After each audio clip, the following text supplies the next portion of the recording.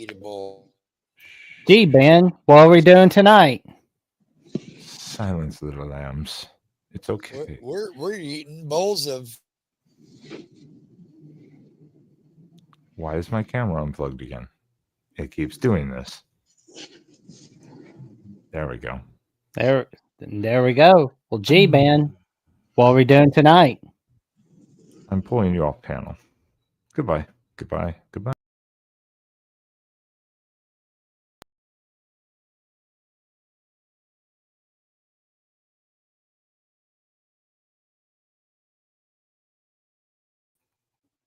Oh, is that not the sexiest bowl trophy you've ever seen?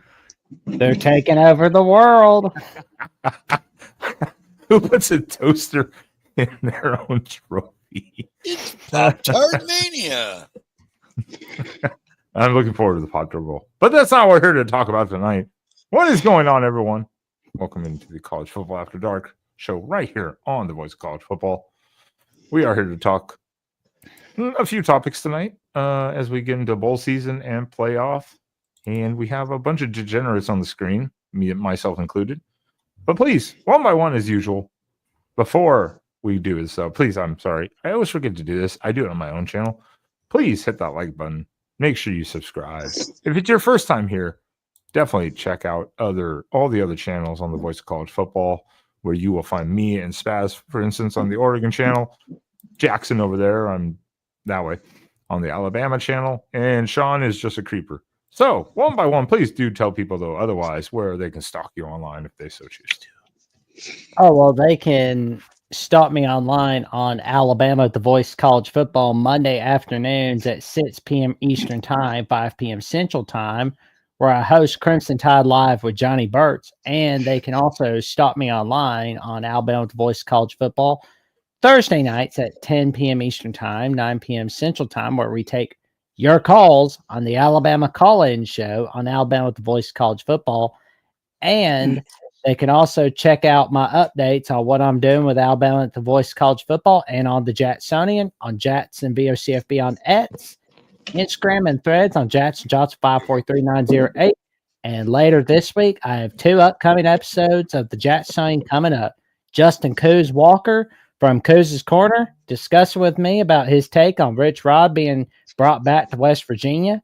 And I'll be having Alan Cole, the South Carolina beat writer from Gamecock Scoop from Rivals, discussing his take on what's going on with South Carolina athletics for episode 57 of the Jacksonian. Stay tuned.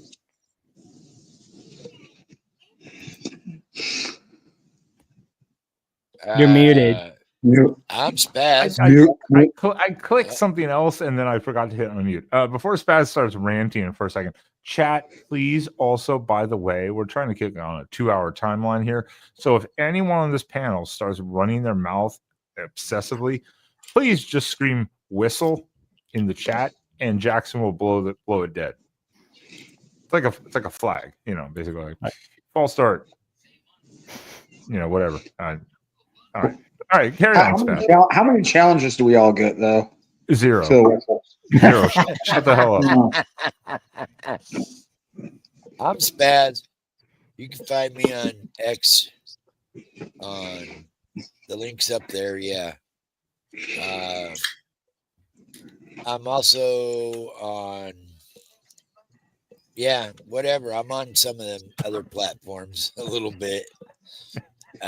Mostly on X and Discord, of course.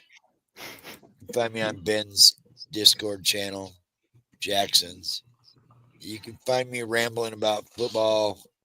I even ramble about pro wrestling once in a while. Come check me out. That is a good one, actually. Delay of game. That was more what I was going for. In the Oh, yeah. start. And delay by the way, Jeffrey says he can't make it because it's too past his bedtime now. Curfew. Well, when your parents take away your internet privilege, I mean, yeah, of course. I mean, you're kind of shit out of luck, aren't you? Yo, Adam, you got to email us. Jeffrey was looking at some things he shouldn't have been looking at. Oh, Oh, No, I his can't. parents saw his search Adam's history. got- Uh-oh. Adam's got Adam's got Clear your plane cookies tickets from he's now got on, reserved Jeffrey. for next October. Yeah, we gotta get We're with Adam. taking you up on that offer. Damn right we are. So get Adams those plane apparently is going to tickets. take We're me and gonna go have Spaz to the linguine and Rutgers clam game. So. sauce. Damn right. Damn right. Rutgers game. Jeez, how will we ever get tickets for that? Oh my God. You can come on, Adam. You know, I mean, You know you can definitely can. come on. Yeah, absolutely. I'll open link in the Discord. You know where? I think you know where to get it. I think. He's been on here multiple times before. Yeah, I know. Like, Yeah. You know where to get it. All right. Anyways, Sean, where can people stalk you? Okay, my name is Sean. Hi, Liz. Jackson can drop my socials there. Come find me there. Talk about a lot of different, wide range of topics, including but not limited to college football. And you can catch me. I don't know, somewhere. Hopefully, somewhere celebrating on the. In downtown Kalamazoo next Saturday night. I will be there watching the Buckeye game with a group of college friends. So hopefully it'll be a better night in Kalamazoo than it was for the Broncos today. Western Michigan coming off of the loss in their bowl game to South Alabama. Yes. So. Yeah. I got a different. It's a different wig. Yeah, Troy for sure. And shout out. I saw that Jackson dropped a couple random links in the chat there earlier. So I do have to clarify. This is not off my channel. I'm just in these videos, so I want to clarify that because people are going to be like, what? I think some people are going to be like, is this a mistake? What is this doing? Did we catch this astute observation from Adam in the comment? I don't know. What is it? The Penn State has no class one? Yeah. No. The one after that. Oh. Where? Which one? You got a new haircut. Yeah. I mean, like, can you believe how perceptive he is? I doubt that that's true. Anyways, I think he's being more sarcastic than anything. See, Let's move on. Whistle. Blow the whistle. Whistle. His stylist is from Eddie and the Cruisers. That's a sad sounding whistle. All right. So yeah, Jackson, run the promo if you want to. I see you already had it pulled up there. Well, if you want to be on College Football After Dark every Sunday night with Ben and myself and a few rowdy friends every Sunday night, come on in and become a Voice of College Football Heisman member at the YouTube membership on the Voice of College Football, where you can give out top-notch content requests and you can be on CFB After Dark. And that's not all. For $2.99, you can become a Voice of College Football all-conference member, where you get a loyalty badge next to your name, custom emoji to use in the comments and the live chat. You get member shout-outs, member-only polls, and for $4.99 a month, you can become an All-American member, where you can hang out with Mark Rogers himself, and you get priority reply to comments. And for $19.99, you can become a Hall of Fame member by getting the discount merchandise on topqualityshirts.com, especially for this holiday season, Christmas season, Hanukkah season, whichever holidays you celebrate. And of course, for $99.99 a month, you can get VIP access to top expert pits from Mark Rogers himself, Steve Merrill, Steve Dace from the Michigan Podcast and the Steve Dace Show, and Matt Zimmett, the co-host of the Big Ten Live Show and the editor of Trojan's Wire, where each of these guys get their top picks in all of college football. And of course, you don't want to miss out on the Under the Radar pick of the week from Steve Merrill. And friends, these are picks you don't want to miss. because these are like investments for the future. That I can guarantee, especially if you are a betting man or a betting woman in all of college football. I like how you were very inclusive there. Right way to.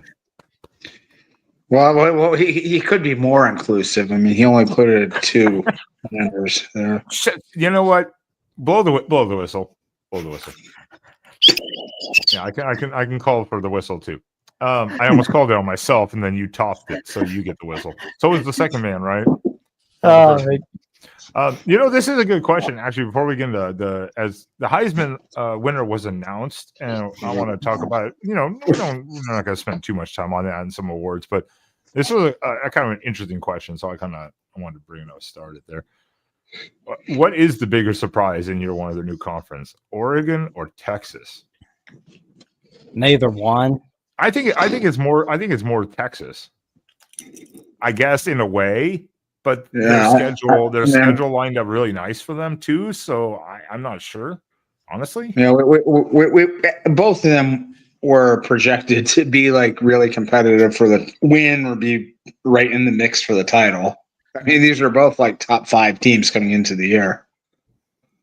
Well, that's why it's hard to pick like what's the bigger surprise, Texas SEC, Oregon Big Ten. It's kind of tough to pick who's more of a surprise, quote unquote. And they both had pretty nice breaks from the scheduling gods this year. I mean, not brutal slates for either one of them. Okay. The Ohio State fan says that when they lose to Oregon, of course. Oh no! I mean, like there was a clear top 4. You got to play one of them at home. I mean, like, I'm not blaming you for anything, but it was not the toughest schedule. The schedule wasn't as tough as it could have been. And it definitely wasn't for Texas. Texas had an easy, one of the easiest SEC schedules overall, for the most part. And the team that they actually had to play, they got beat by twice. So, yeah. Neither one of them was any surprise at all. I don't think would have been a surprise if they didn't do what they did. To be honest, I like how Spaz is just kind of here. He's not really here. He's just like in our realm, but not really here. He's kind of giving out that look of the hell am I doing here? Pretty much. I'm in like a different dimension. Like that's the look he's given. Mrs. Spaz is late bringing dinner. Spaz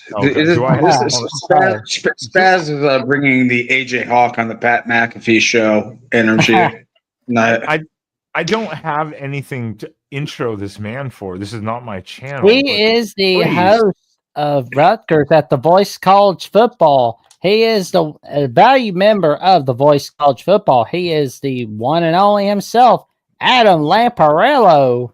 The Mafioso. He is a self-hating alumnus and fan. That's the easiest way to explain him. You could have stopped that self-hating. He's a confused person because he's got one foot in South University of Spoiled Children, and he's got another foot in the Crimson Tide. Spaz, in 1992, I was a freshman at Bergen Catholic High School in Oradell, New Jersey, and during orientation, they asked each of the freshmen to say what person inspires them the most. I said John Gotti, and I got a week's worth of detention. You believe that? I won't stay on too long, guys. As my friends and my mom say, I'm good in small doses. His girlfriend need to be picked up at the airport again? Oh, work. No, she's something, I'll tell you. Has she threatened you with the kid again this week? Yeah, we had a little bit of an argument, but you know what? The way I look at it now, the best way to deal with this is to show indifference, because I can't take it anymore for my blood pressure. But I will tell you this. These playoff games, I think they're starting on the 21st. I'm predicting that 20th? Yep. They're starting on Friday. Oh, okay. One game on Friday, 3 games. Notre Dame, Indiana on Friday, and the rest of them are on Saturday. Oh, okay. I think Indiana's going to upset Notre Dame, and I think SMU is going to upset Penn State. Ooh. Nice. See, You know what? Let's skip the time frame here. Adam wasn't here when we were doing the outline of the show, but let's just go ahead. Screw it. Let's skip the playoff because I'm all on board with Adam there. I call playoffs. Playoffs. Yeah, I straight up. Let's just I just move on want to to win a game. Yeah, let's just screw it. Let's just do this. Let's go to the playoffs. Friday night, number 10 Indiana at number 7 Notre Dame. I also called Indiana for the upset, if you will.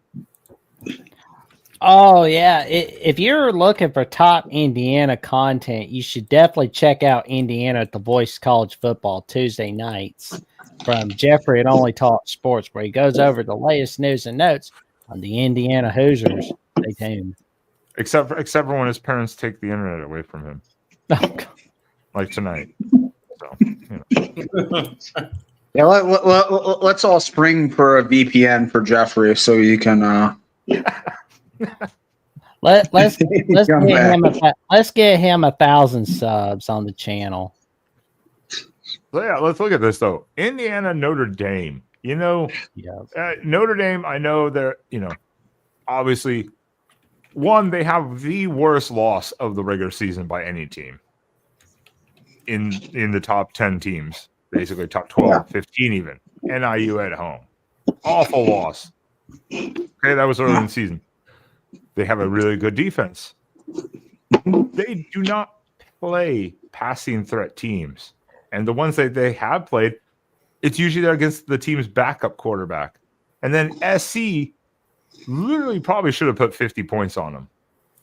Except for the 2 awful pick sixes for like 100 yards each, against the backup quarterback, the new starting quarterback for USC. So, I mean, what do you think? Indiana is a passing team. They are that's kind of what their thing is. They're a high scoring offense. I mean, listen, I don't know. I think this might be the most competitive game of the weekend. I think it's just going to be. It's going to be really, really interesting here. I think the line on this is still 7.5. From what I'm seeing, so I don't know. I think Indiana is pretty easy money to take. Getting that many points, I really just do think they're getting disrespected because of their brand in this one. If you look at what these teams have done this year, this should be a pretty close game. And yeah, I don't know. I think it's going to be a crazy environment too. I think resale tickets there are going for a minimum of still in the 800s right now. Ooh. So it's I mean, woof. Yeah. So lots of I mean, all the not a very long drive for most Indiana fans. Schools are only 3 hours apart from each other, so 3.5. That's it. It's not like it's a home field advantage for Notre Dame in the sense. I mean, it's literally right there. We can talk about somebody butchering their home field advantage in a minute here. If you know what I'm talking about here. We'll get into some of that, but I mean, the thing is, if you look at Notre Dame's schedule compared to Indiana's, because the thing is, Indiana, they say they didn't play anyone. They played Ohio State, and they got beat down basically. Again, who has Notre Dame played outside of Texas A&M week 1, which I think everyone would agree Texas A&M is a decent team. They're not as good of a team as people kept propping it up to be after Notre Dame beat them. They also improved quite a bit after they made a quarterback change. So, yeah, exactly. I think that these are actually fairly equally matched teams to a degree, and the game planning I think is going to be the difference maker. How does Cignetti make Rourke get the ball out of his hand quicker against that D line type of thing? Where they couldn't against Ohio State, obviously. I think Cignetti is a very smart coach, and he's going to have a scheme that's going to be very effective. And I think Indiana, if you look at their game against Ohio State, it may have been 38-15, but it was far closer than the score indicated. Indiana really shot itself in the foot. So I think Indiana is being overlooked. I think their defense is much better, and I think that they're going to have an offense is going to exploit the Notre Dame secondary. And again, against Ohio State, it was reasonably close, but they shot themselves in the foot with mistakes. As far as Notre Dame goes, we have to admit they did beat a very hungry Florida State team. Yeah, they did. I think Indiana's got a shot. But I think Notre Dame's just there's just too much there. They can run the ball, they control the clock, and their defense is pretty decent. But I'm kind of suspect after watching that debacle on CBS yesterday. I question how good Notre Dame may be because, I mean, the midshipmen slapped the piss out of Army yesterday. And so that kind of made that win over Army look a little less. So I don't know. I think Indiana, if they don't turn the ball over and Rourke has a good day, they could win that game.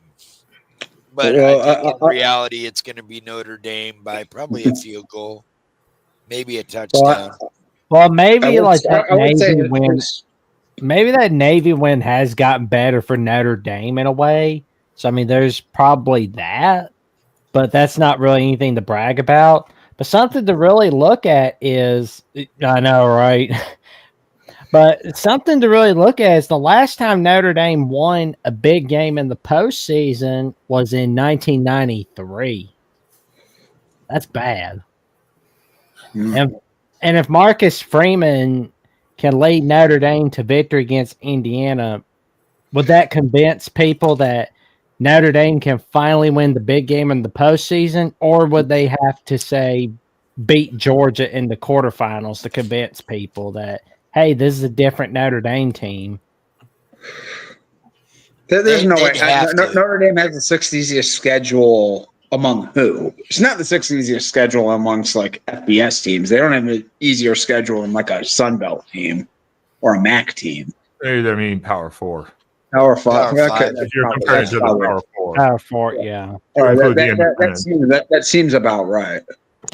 If that's what we're talking about. Okay. No, but I say this, Indiana, the one thing historically, when they've had competitive teams is they tend to like fade in games late a lot because their depth isn't as strong as, sometimes they would push a Penn State, Ohio State, Michigan and be a one score competitive game in the fourth quarter. And then they just wear out. And the thing about haven't seen from Indiana this year is them play a whole lot of four-quarter games. The one really tight game they got into was against Michigan, and they were like lucky to hang on in that game. Other than that game, they fell way behind against Ohio State. Well, that's the rest of the year they were just splitting people's heads open. So, I mean, we didn't see them play a lot of competitive games really, really deep into it this year. Well, and that's fair. But again, with Indiana's schedule, they have their schedule for what it is. I mean, that had nothing to do with Cignetti or the team. He just came in this year. The schedule's already set. Big Ten did their thing. They killed everyone they were supposed to. Absolutely murdered them, basically, on the field. I mean, it was a bloodbath for the most part during the season. And the thing, though, with as you were talking with Notre Dame, is Indiana's basically just playing with house money. What do they have to lose? They're 11-1. They're in the playoff already year one. They can throw out all the stops. Notre Dame is the one with the pressure in this game, as you said, for Marcus Freeman, overcoming the big game kind of hump, getting over that NIU loss. And I'm sorry, even to Rowan here, though, if you play competitive against Georgia, if you get through this and you play competitive against Georgia, that looks good. But who is Georgia going to have at quarterback? Is it going to be back or is it going to be their backup? So there is a difference there. But I think the pressure's on Notre Dame here. But I call Indiana for upset. I think Indiana's going to stack the box and take away the run, and Notre Dame's going to have to throw the ball to beat them. I think Indiana may have the secondary to get some turnovers. I also think Notre Dame made a huge, huge mistake in giving Marcus Freeman a 4-year extension before this game. I think they should have waited. It does foster potentially a little sense of complacency. You want Freeman fighting for his job, not sitting on the comforts of a 4-year contract. How do you just give him an extension just to making the playoff? You didn't win a playoff game. If you'd won a playoff game, I'd been like, cool, give the guy an extension. You gave it to him before. Notre Dame is Notre Dame is. Have they not made some of the worst coaching decisions and just in general everything around for like the last 20 years? Yeah. Yeah, they're not the smartest. I don't know what it is. Athletic department. I don't know what it is. No hate on Notre Dame, but suck it. So that's Friday on the 20th. I think we're kind of split here. I think we all think it'll be a good game regardless. I mean, the line's only 7.5. So that says that Indiana can keep it very close, if not totally outright win it, I think. But Saturday, the 21st, 11 a.m. Central Time. The mighty ponies of SMU. The Mustangs, ponies, whatever they want to be called. I don't care. Go to take on whatever the hell a Nittany Lion is. I guess the Nittany Lion thinks they're Lion Kings or something. I still don't know what a Nittany Lion is. It is. Penn State is on the outskirts of Mount Nittany. And a Nittany lion is a mountain lion from Mount Nittany. Okay. So it makes absolutely no relevance to anything they do on the football. Got it. Okay, cool. Of course. No, there's nothing. But it's actually relevant to their geography, to their... All right. Who we got here? SMU and Penn State. This is actually an interesting one, though, because SMU is a good offensive team. They obviously have a pretty decent defense. And then Penn State just gave a 45 to Oregon. Now, SMU is not Oregon, obviously. But at the same time, this could become a very potentially high-scoring game. I think SMU takes it 30-27. If you looked at SMU's offense in the second half against Clemson, they were fast. They were getting open. They were dominating the line of scrimmage. And I think they have a good enough defense to stop the very silly Drew Aller and that mediocre offense that has no class whatsoever. I'm so sick of it. Every year it's Penn State with that offense. Can't score. Well, SMU can. SMU outscored Clemson 17-7 in the last, I think, 15 minutes of the game. If they're on, they're going to beat Penn State. Yeah, but Penn State exposed some issues with their different schemes and a lot of their movement on the line and whatnot. It just creates a lot of confusion for our defensive line because you don't know who's going to line up where. You don't. It can become a defensive nightmare. They were really doing a good job creating space in the running game. There were gaps all day against Oregon that Singleton and Allen exploited. I have my questions about whether I don't think SMU's offensive line has seen anything like what Penn State has up front. And Oregon, even though Oregon scored a ton of points, you probably saw some of those guys, some of those athletes coming off the edge at Penn State. Like they were creating pressure at times. They were in there. They've got some real freaky athletes that Clemson didn't have. And I don't think anybody that SMU has played this year has had. So I'll give you that. I want to touch in on Derreals here. They give a 30 point to Clemson. I didn't watch the ACC title game, but as I recall from looking at the stat line, SMU gave up basically 5 turnovers in the first half that turned into like 35-yard touchdown drives for Clemson. So it wasn't like Clemson moved the ball. And then after half, they didn't do anything. So it's not like they gave up 34 points to Clemson necessarily. They like gave them points. But yeah, I don't think Clemson's not on the same level. I don't think of Penn State. The championship game is not a bad look necessarily for Penn State's defense outside of literally not being able to stop Tez Johnson, which a lot of teams cannot do. If you watch that game again, those defenses, I don't know what the defensive game plans were on both sides for Oregon and Penn State, because it was just like slant, seam route, slant. That was like the entire offensive game plan. The defense couldn't stop it on either side. It was ridiculous. Yeah, just playing in man the whole time, and you have nickel corners that couldn't cover anything. Yeah, it was vanilla. It's vanilla as hell on both sides for whatever reason. I have no idea why, but it's officially. No, if you talk about a team that has a whole bunch of pressure on them, coaching staff, it's got to be Penn State. I mean, there's. Oh yeah, they almost need to make the championship game, because the way their bracket's set up, they're expected to make the Final Four. Like that, anything else would be a massive disappointment. SMU is like Indiana.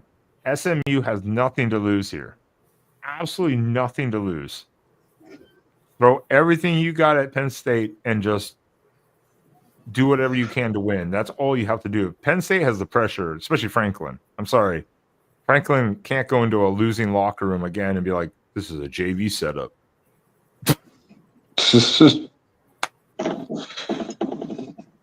The thing is, he's actually been pretty good in these games where, he's supposed to win in his career. Like, he's only been bad against like the really good teams. In bowl games, they've won a bunch of them. He's won the Rose Bowl. I can't tonight. With the Sandusky comments. I knew they were going to come. God. What about Jerry Sandusky? I can't. It is interesting to note that these are misunderstood. That these are maybe the two programs with the biggest scandal in college football in the last 40 years. Yeah. Oh man. So who we got in here? So we're all we're kind of split with Indiana and Notre Dame. Who we got? I'm thinking Penn State will Penn State. Penn State will smack the horseshoes off of SMU. They are the biggest line. They are -8.5. They'll beat their ass. No. There's no way. That's the biggest line. The second biggest line. Sorry, yeah. 8.5. I'm going with SMU. They were down 24-7 against Clemson and stormed back and dominated. They're going to be hungry. They're fast. They have a mobile quarterback. Penn State's going to have all the pressure on them. SMU is going to win it in the second half, 30-27. I'm the only one who thinks that. Can in it to quin it? Can he give us a temperature update for the game next week or approximate? Because I have been at SMU Stadium. Nice. Way like about 12 years ago, before when they were really terrible. It was like $10 a ticket. You could just move wherever the hell you wanted to sit. You could just move around. It was on ESPN that night, and they beat Tulsa. I left in the third quarter. I was so fucking cold. It was like 28 degrees. So they do know how to play in the cold. Not Pennsylvania weather necessarily, but it depends on what type of temperature it is, wind and all that stuff. So 26 degrees with a chance of snow. Yeah, okay. They're not unfamiliar with that. It does get cold as shit in Fort Worth or in Dallas. The thing about these teams like SMU and Indiana, it's so rare that they get this far that the way that these players look at it is they play loose. They play free because they have nothing to lose. And I think they are going to surprise a lot of people. They didn't get this far for no reason. And the way I saw them play against Clemson in the second half and the way I saw Penn State's defense against Oregon, it's going to be closer than people think. Well, they got this far because they didn't really play anybody, but that's neither here I nor would there. agree with that. I agree with that. But when they played Clemson, to me, that established their legitimacy. The schedule was soft, but I mean, they dominated Clemson in the late third and fourth quarter, showing they have the potential. I'm not a big Penn State fan because I see that Penn State every year that I see is a great defense and an offense that's just very mediocre. And if SMU stops that offense, which I think they can, I think they can win it in the second half. But we'll see. I think Penn State's got better athletes across the board. They'll win by like 10 to 14, something like that. It'll be like a 34. It'll be like a 31-20, 34-20 type of game. Just don't acknowledge the chat comment. I just want to don't acknowledge it. Do not acknowledge it. Do not acknowledge it. It is done. All right. I thought the baby oil was the whole point of the P. Diddy thing.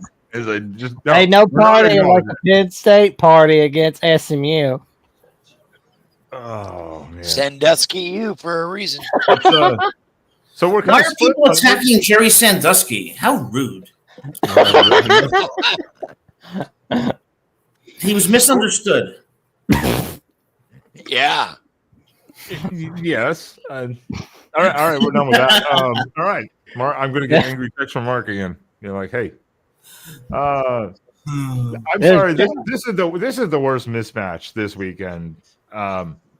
Clemson at Texas. I mean, then again, what Texas quarterback are you going to get? What Clemson quarterback are you going to get? Texas be fine. It's at least it's at Texas. But yeah. I don't trust Ewers. I don't know if I trust Manning. Obviously, he's the backup for a reason. They don't trust him either, except for in certain packages. Klubnik, not exactly great. You know, I mean, this could be like a 5 turnover for each team type of game. I mean,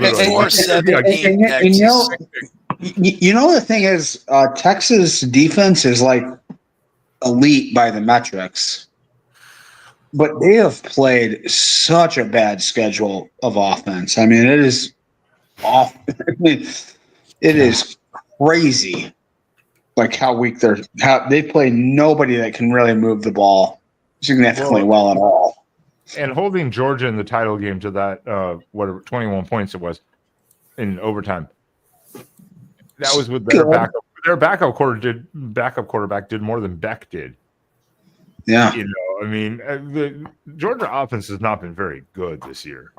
Well, it's been super inconsistent. They scored 13 points against Kentucky. They've had moments where they've looked down. They were getting dominated by Florida until late in that game. I mean, like they've had moments where they look like they can't move the ball at all. Extended stretches. So I don't know. I mean, Texas and Clemson's not some offensive juggernaut either, but it's probably one of the more consistent, better offenses they will have played this year. But you can't ask Texas's defense to do any better than what they've done this year either. So I don't know about you guys, but when I was watching that Georgia game, what stood out to me was Ewers. His arm strength looked like it was shot. I mean, he was not throwing with any velocity, and he looked like he was vulnerable. I think Texas wins the game like 24-10, but something's not right with Ewers. Is Ewers going to play in this game? Yeah, it's fine. I have no idea because apparently they're saying that there's also in the background reporting that there's people offering him to transfer out. So is that a potential? Is he not going to play? Is he going to play and have something on his mind? I don't know. I just love how people immediately put him in the Oregon transfer portal thing. And we're like, dude, we don't need any more quarterbacks and we don't want Ewers. I'm sorry. Shut up. We have enough quarterbacks in that room and coming in. We don't need Ewers. Well, go to Alabama. That's always funny when you're a fan of the team and you know your quarterback situation. You know your quarterback situation is solid. Like people will, people talking about quarterbacks transferring into Ohio State next year. Like what we have like the number one player according to Rivals coming in next year, and we had the number one quarterback from last year's class. Yeah. So no, we're not going to get a transfer quarterback.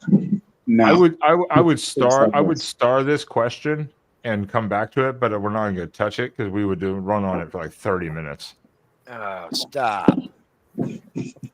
Kentucky, Leave that for the off season. Kentucky's a shithole. Next question. That's right. I didn't say Kentucky doesn't anything. even I have a said relevant- nothing. It's basketball season, Darrell. Go back to basketball. So I said nothing. Call us back in the fall. But this is the Louisville's biggest. better. So. This is the biggest line. It's Texas minus 11.5, and I get it because Texas is at home. But no, I don't trust either of these offenses. I literally don't. Like I said, this could be like a five turnover game each. Like it could just get ugly. I mean the uniforms are all that orange will be pretty ugly on the field. Those two uniform combos. Agree. That is a lot of orange.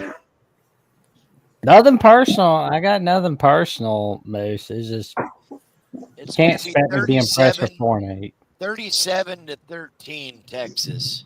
Ooh. I'm gonna say 28-13, Texas. No, I think Texas smacks them. Just takes them behind the woodshed and buries them. I'll say like 42-10. Ooh, you went higher than me. Jesus. I don't know. I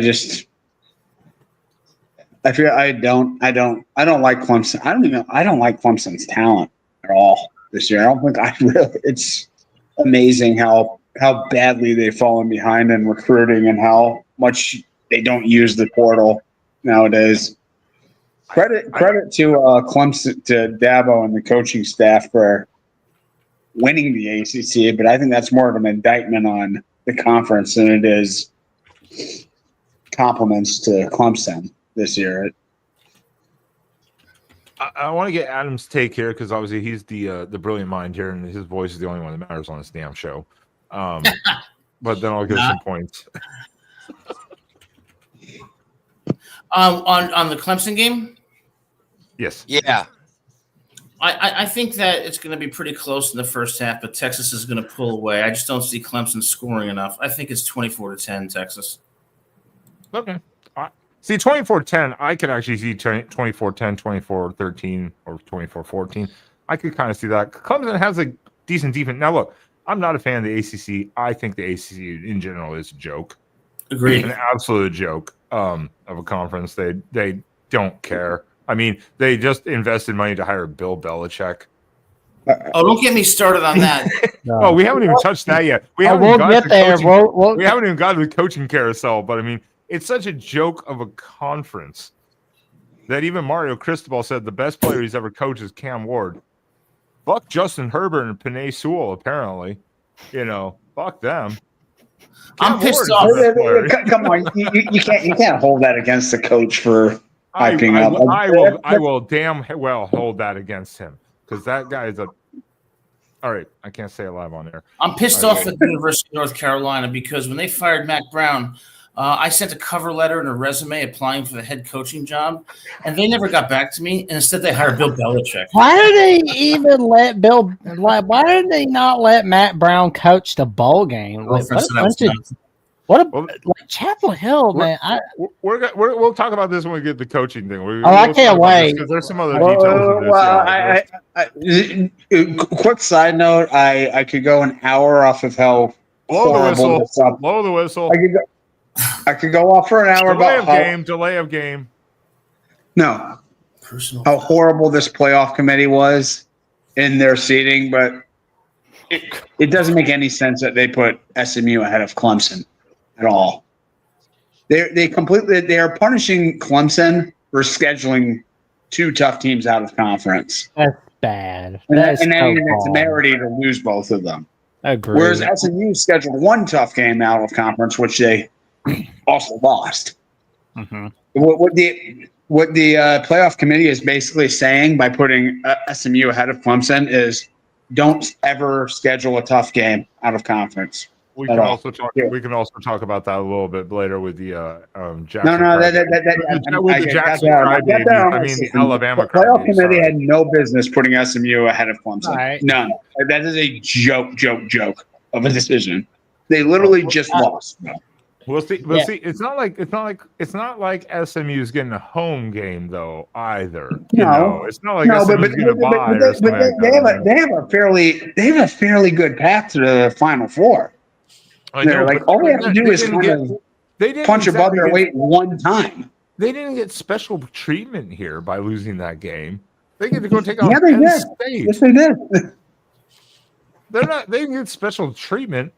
Like, goddamn, it's not like they have to go play Boise or somewhere where it'd be like, okay, it's more of an equal field. It would suck. I mean, it would suck to have to play at Boise, though. It would suck. Just fundamentally, philosophically, from a ranking perspective, they are saying all that we care about is how many times you lose. Other context, other nuance doesn't matter at all. I can only do it so many times. We ready? You know? Wait. Yeah, I don't trust Clemson in this game. I don't trust Texas. It's just at home. Texas will do enough to win. I'm kind of with Adam. I think it'll be pretty close. I don't think it'll be a high thing. It'll be like 27-14 Texas. I can see that, but yeah, ACC sucks. Anyways, Moving on to the night of the primetime game of the night this Saturday. The one that makes Sean cry and Ryan Day maybe get fired or resign. One or the other. We'll see. Ohio State -7 at home. Number 8 Ohio State, rather. The -7 versus number 9 Tennessee. The Ohio State and the Tennessee. I will never say Ohio State. It's just Ohio State. I always thought that was almost like pretty one fun. word. Ohio State. There. I will never say it. I will never say I it. went through like a phase where I referred to every team as the, like after like the Ohio State. 'Cause it just felt pretty nice for some reason. Felt pretty badass. Okay, can I speak first on this? Yes, Yeah. I think Go that's ahead. fair. As the Ohio State Okay. person, I think that's fair. Yes. Yeah. So I think the 7, it's been around 7 to 8 everywhere that I've seen. I think that line is like It's minus kind of 7. insane It's minus 7 right now. 47.5 over under. Yeah. Okay. Yeah. I mean, yeah, it depends on where you're shot. I think that this line is terribly long. I mean, like it feels like giving free money to Tennessee in this one.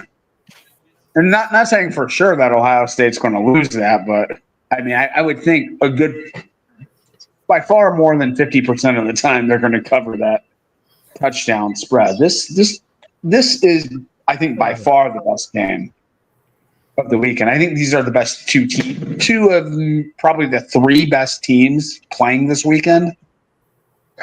And I think Tennessee is a kind of a bad matchup for Ohio State. Ohio State, kind of a makeshift offensive line. Kind of. I mean, they're still, trying guys out right now that haven't started all year to try to figure out the best offensive line matchup. And Tennessee's got a killer.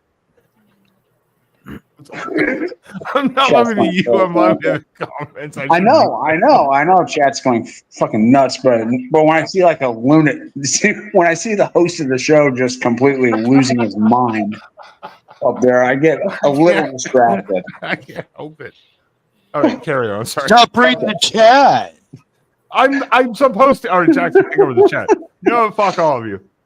A very professional, Bun. No, I think there we go. No, I think Tennessee is a really tough matchup. And I think this game is going to be quite low scoring.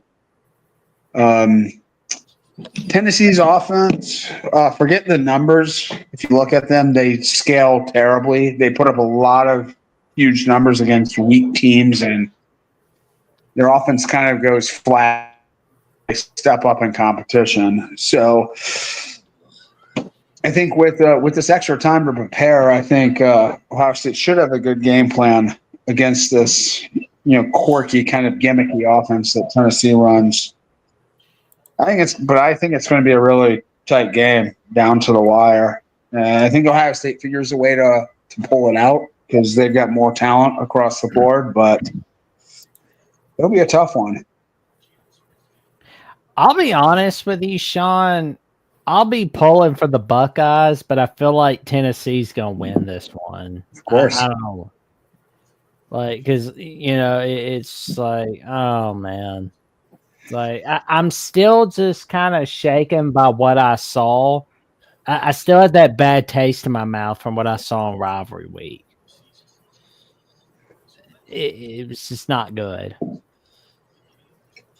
Hey, Sean, have they found Chip Kelly? Chip Kelly is where he belongs. If Chip Kelly never had to give another interview for the rest of his life, he would greatly appreciate it.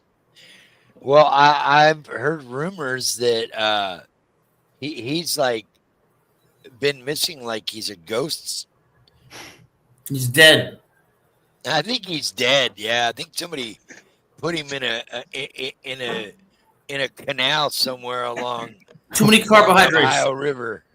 Well, I mean, if Ryan Day was to get moved out of Ohio State, I mean, maybe he and Chip Kelly could start a podcast called Chip and Day. I Different think days. Yeah. Tennessee, They could have little photoshops of them just with the bow ties on. Yeah, just like Bow they ties just and bare call themselves torsos. Rescue Rangers. I figured out who Sean is. He's really Ryan Day. He's really Ryan Day's son in disguise. Nah, he's got that John Elvis look Day, tonight. welcome to the voice of college football. Ryan Day looks like he could be the killer in like Stepfather 4. He has that. Oh my God. Well, I mean, not having seen Stepfather 1, 2, or 3, I can't really vouch for that.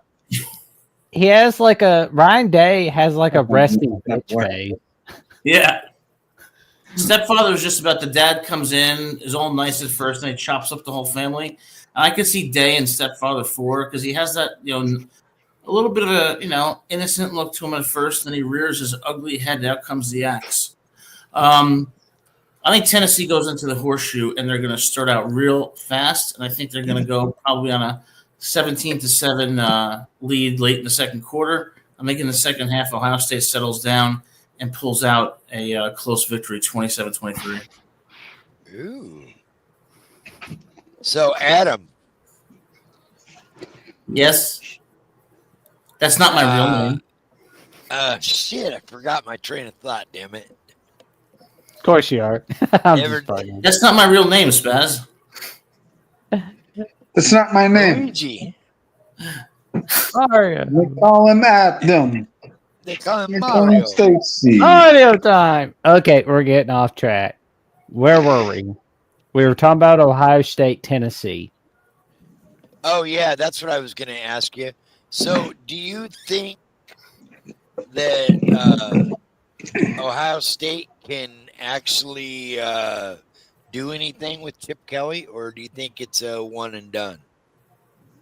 I think I'm not sure. I could see him staying. I think the problem with Ohio State this year was their offensive line. But I think in the Tennessee game, I just do not think Nico's going to be able to win the game. I think he's going to throw one or two picks and one late as Tennessee is driving to lose the game. Yeah, I agree. What do you think about Chip Kelly? I mean, I don't. It's a good question. I don't I would say he might be done, yes, but I don't put all the blame on him. I put the blame on what I thought was just an O-line that was dominated in the trenches too much. But I think Nico's going to choke, and Ohio State's going to win because a true freshman is going to ultimately turn it over one too many times in the horseshoe. He's not a true freshman. He's a redshirt freshman. My bad. But if Tennessee does win, do they plant the flag in the middle of this stadium? I hope not. I don't think that shows any class whatsoever. When you win, you got to be humble. And I thought that was. I don't think what Michigan did was respectful. That is true. Like I understand. Like we should be classy. I understand that. But that whole thing, though, that Ohio State fighting and trying to defend their field, it was a huge like Streisand effect, right? Right. Yeah. I mean, like them like being so belligerent and pissed off about it. It just brought more attention to the whole thing, and it just made Ohio State look worse. I'm not sure about this. We've heard this thing in the I'm sorry to keep interrupting you, Jackson, but I just want to get this point out.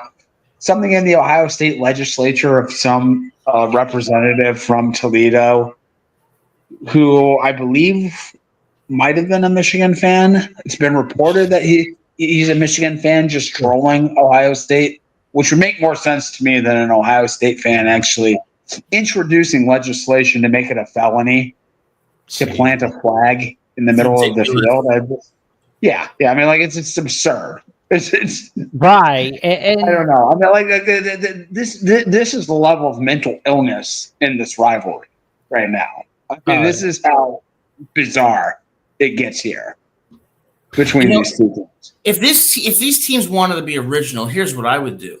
You win, you plant the flag, but it's not your flag. It's some random flag like Syracuse or Washington State. You just plant some random flag. No one will know what to do, but at least that's original. Don't you agree, Spaz? I think if you win, you should be able to plant your flag. Yeah. If you don't want a flag planted on your stadium, then win your home game.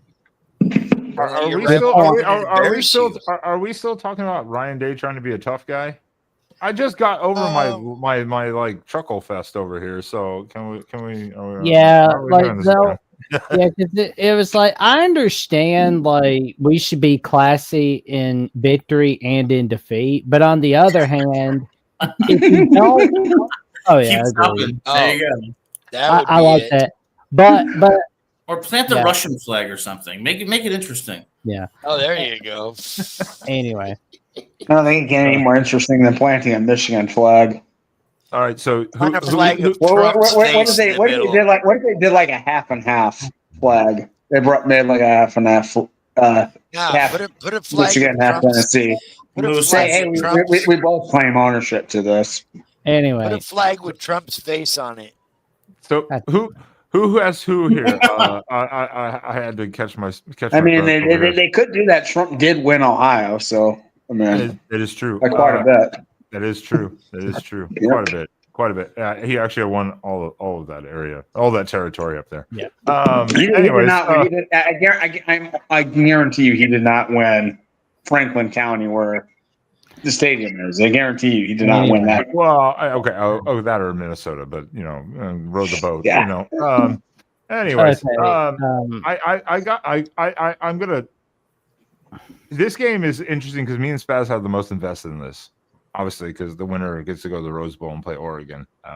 So I don't know where you guys stood on this. I personally don't care who it is because I'm going to go with Dan Lanning and just go, who cares?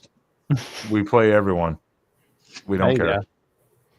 That's the mentality you need to have. So in this one, I do think Ohio State has an advantage. It just depends on, like we said, does Ryan Day go, I want to prove I'm a tough guy? And Chip Kelly go, yeah, that sounds like a great game plan. And then they go, yeah, let's just run plays that don't work over and over and over again. That type of thing. I think that's the difference.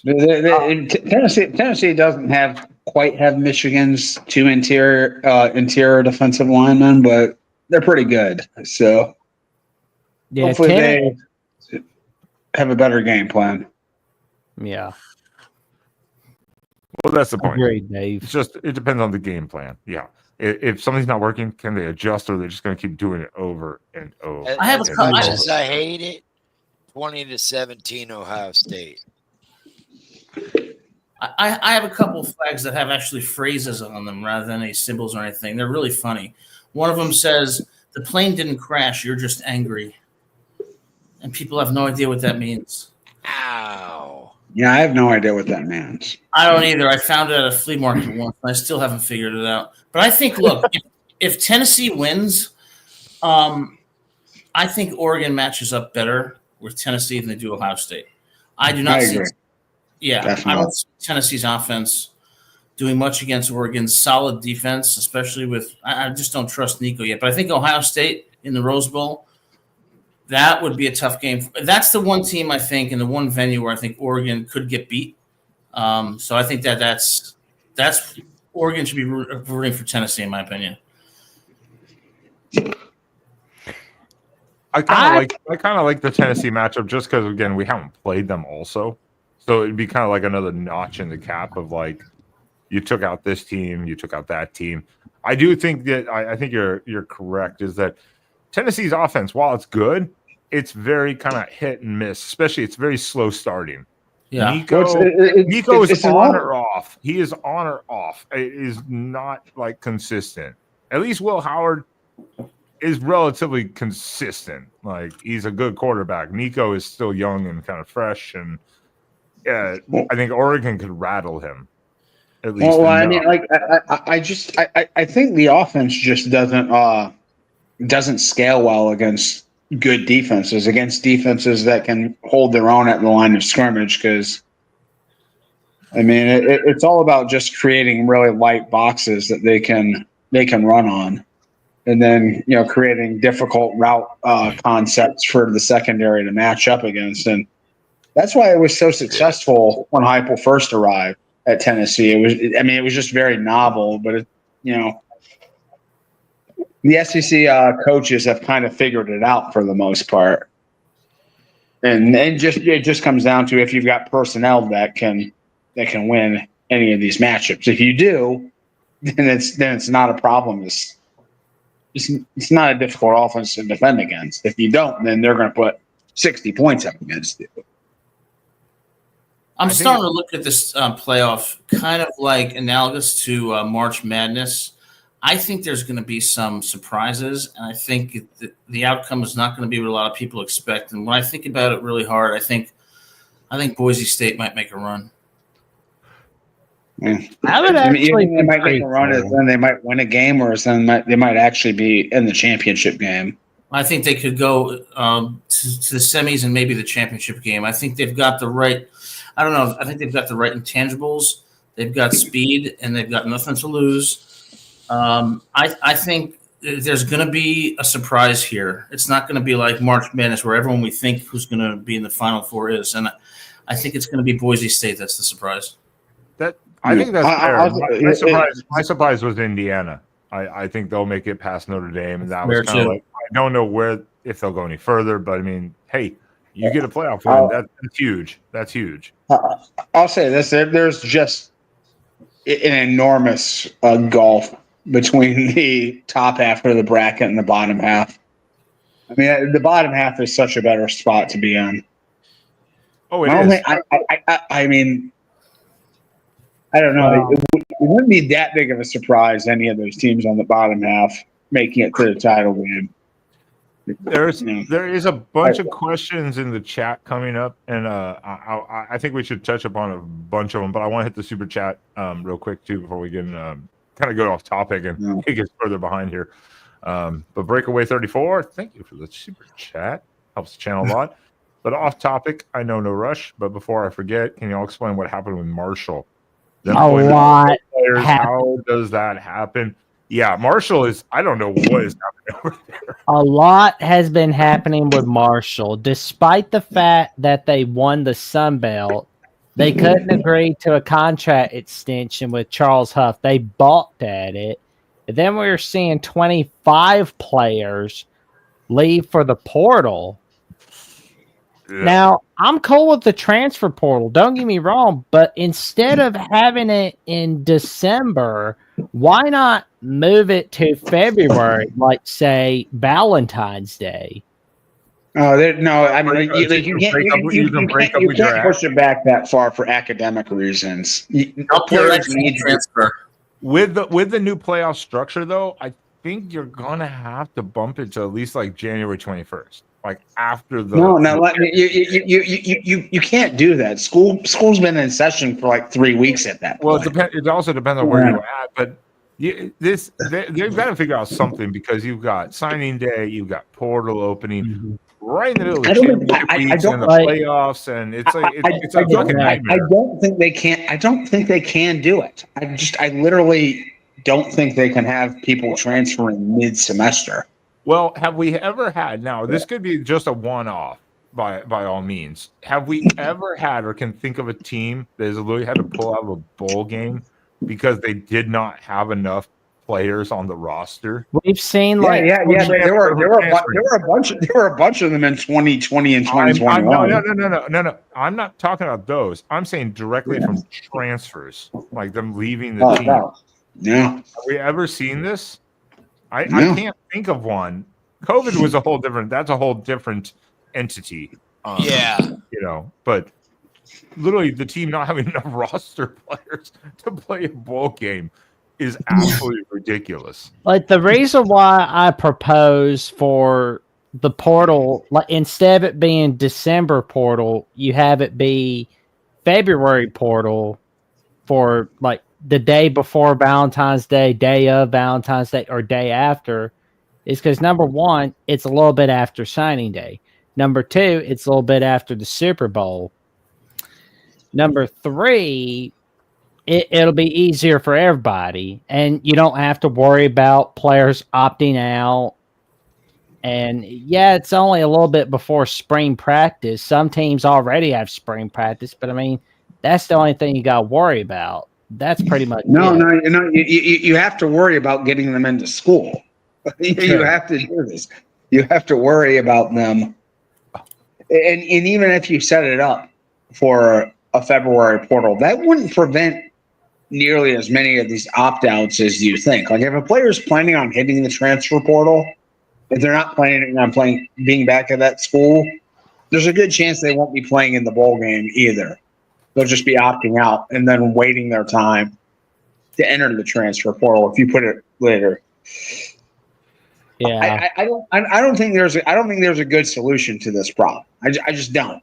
I think it's just going to be a nuisance. It's going to be a thing you have to work around year after year, because the solutions to the problem are worse than the problem itself. Yeah.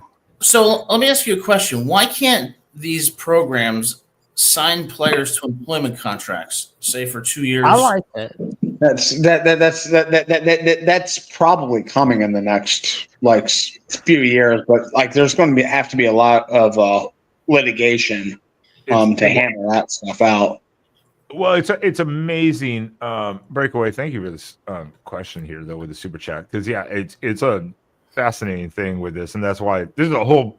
This could be a 2-hour topic itself, because it's amazing how when NIL came out, I think most reasonable people said, "Oh shit, this is going to cause problems immediately," because there was no oversight / regulation, limits, caps, whatever you want to put it as. Dan Lanning throws a 12th man on the field. The NCAA is like, "Yo, gotta change that rule within 5 days." But NIL, no, they're like, "Oh, no. And it's even more ridiculous. They knew that it was coming. They lost. They lost the cane culture lawsuit. There were laws in there was new legislation in California and Florida, and they lost those court cases. So they basically knew eventually that they weren't going to be able to uphold the current system, and then they just sat around for 2 years and waited for the inevitable to come and just throw up their hands. They had 2 to 3 years to develop a workable system, and they didn't do it, and so it just has become the Wild West. Private chat. Yeah, I killed myself. Shut up. No, they did. You're 100% correct. The one thing that was said, it's going to be a nightmare. It's going to be a mess. And they did nothing to do anything about it. Cap it, not put anything, regs or anything on, to do with it. So now everyone's like, oh, these teams are doing this. Like, well, no one's stopping it from happening. So, Yeah, and the problem with litigation is that litigation is going to take years. And, you know, I was thinking about the playoff, and there's one team that was not included in the playoff, and it's not South Carolina, that if they were included, I think they would have a chance to go all the way. Who do you think that is? Alabama, No. Ole Miss. No. Michigan. DJ Lagway in Florida. Ooh. I think they Next were year. on Yeah, they're all the way. They were getting hot at the right time. I mean, They were hot. Yeah. Yeah, they were. National they were championship rolling. hot. I think it's possible, yeah. Because of the way they played Lagway's against the West, special. Lagway is definitely special. probably not Sean, but I think they would have gone pretty deep. They were rolling. Yeah. I mean, I could definitely see a win, 1 or 2 wins potentially. I could definitely yeah. see it. I mean, they had the hype behind them. As to notes, I don't know. I'm happy to see them pull it out because I actually did think Billy Napier was a good hire when I hired him, and it had gone so poorly for him leading up to this season, and that schedule was so brutal. I thought he was Sean Penn, and this just dead man walking here. So, but He deserves an extension with that schedule. And at the end of the year, the way they were playing, man, Oh yeah, and people laughed when they said, "Oh, we're behind Billy Napier. He's here." They laughed, and I kind of did too. And then they rolled off the wins like they were. I was like, "Okay, never mind." Apparently, they made a good decision. I think that was a winning decision to be like, "We're behind you 100%. Don't worry about it." In the Florida athletic department, no one ever gives athletic departments any credit for good decisions they make. But like that was pretty. Yeah, that was pretty ballsy of them to come out and stand behind their guy like that, and I'm glad they were rewarded for it.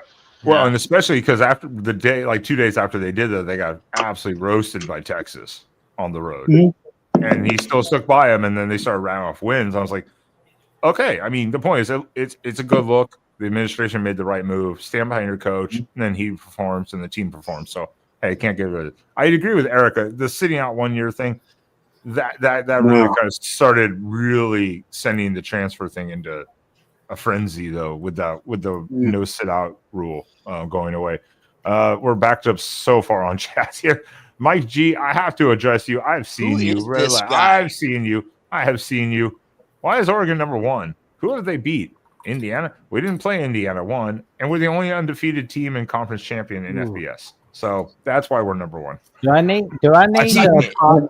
That's why we're number 1. They're the only FBS team aside from Indiana, I think, that has fewer than 2 losses.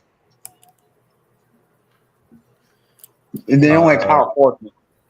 Notre Dame has the 1 loss, right? imagine But Florida, it was Northern Illinois, so we can count it as 2.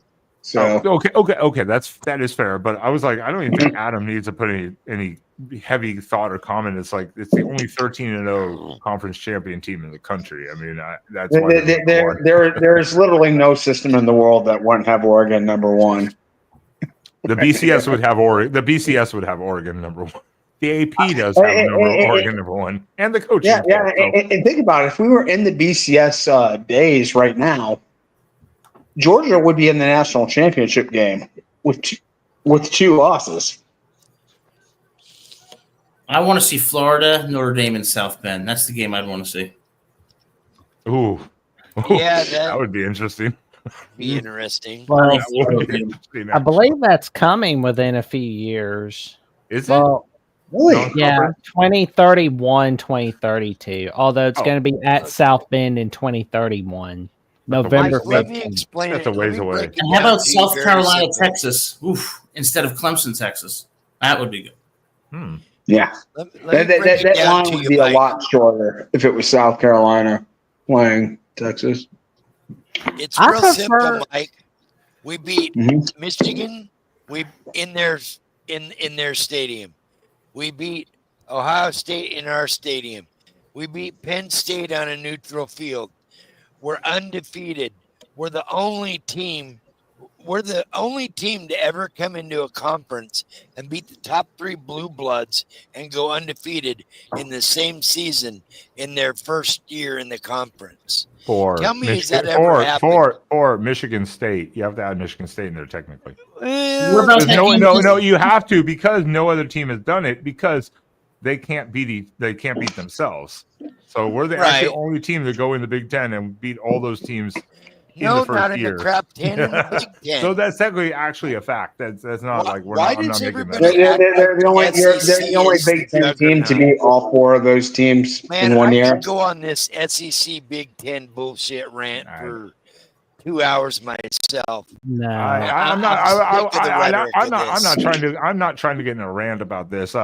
I do say it because there was another comment from Jeremy here. Boise State played no one.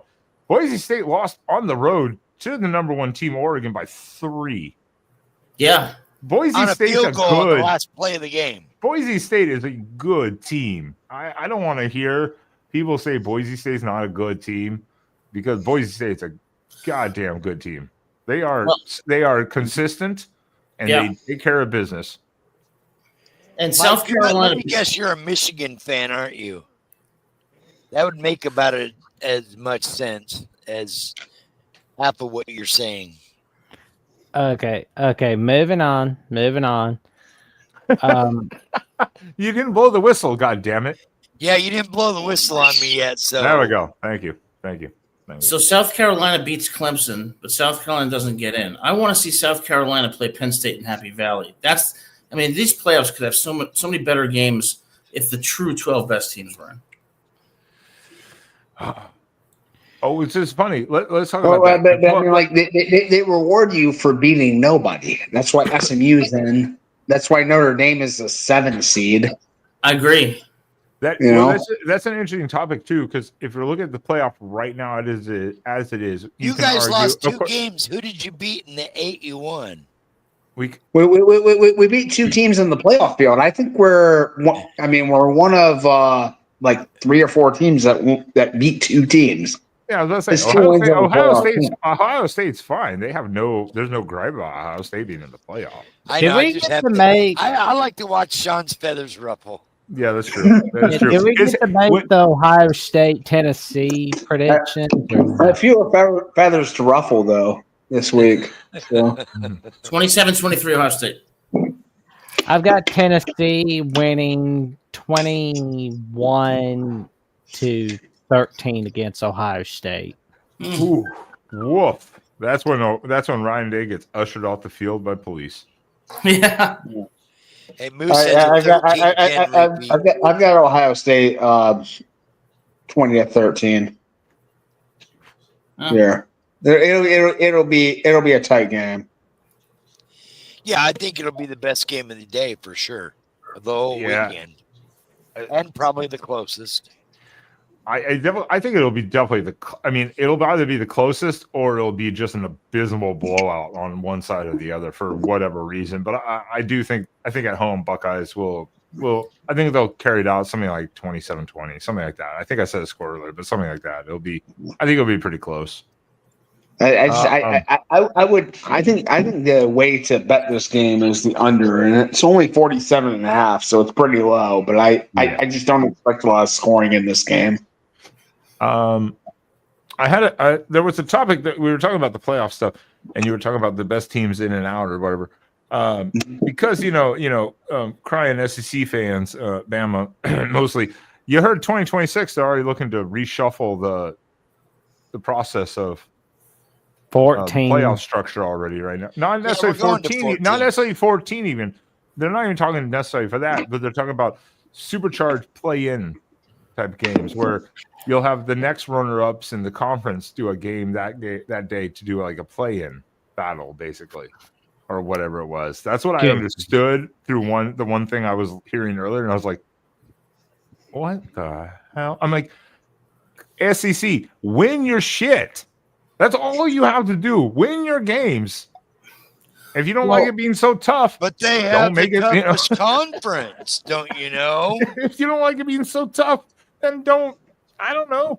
Schedule None of the another other Mercer. conferences play anybody. Well, I mean, they already make it about as easy as they can on themselves. They still only play 8 games, and they basically schedule nobody out of conference. I mean, yes, most SEC out of conference schedules are complete dog shit.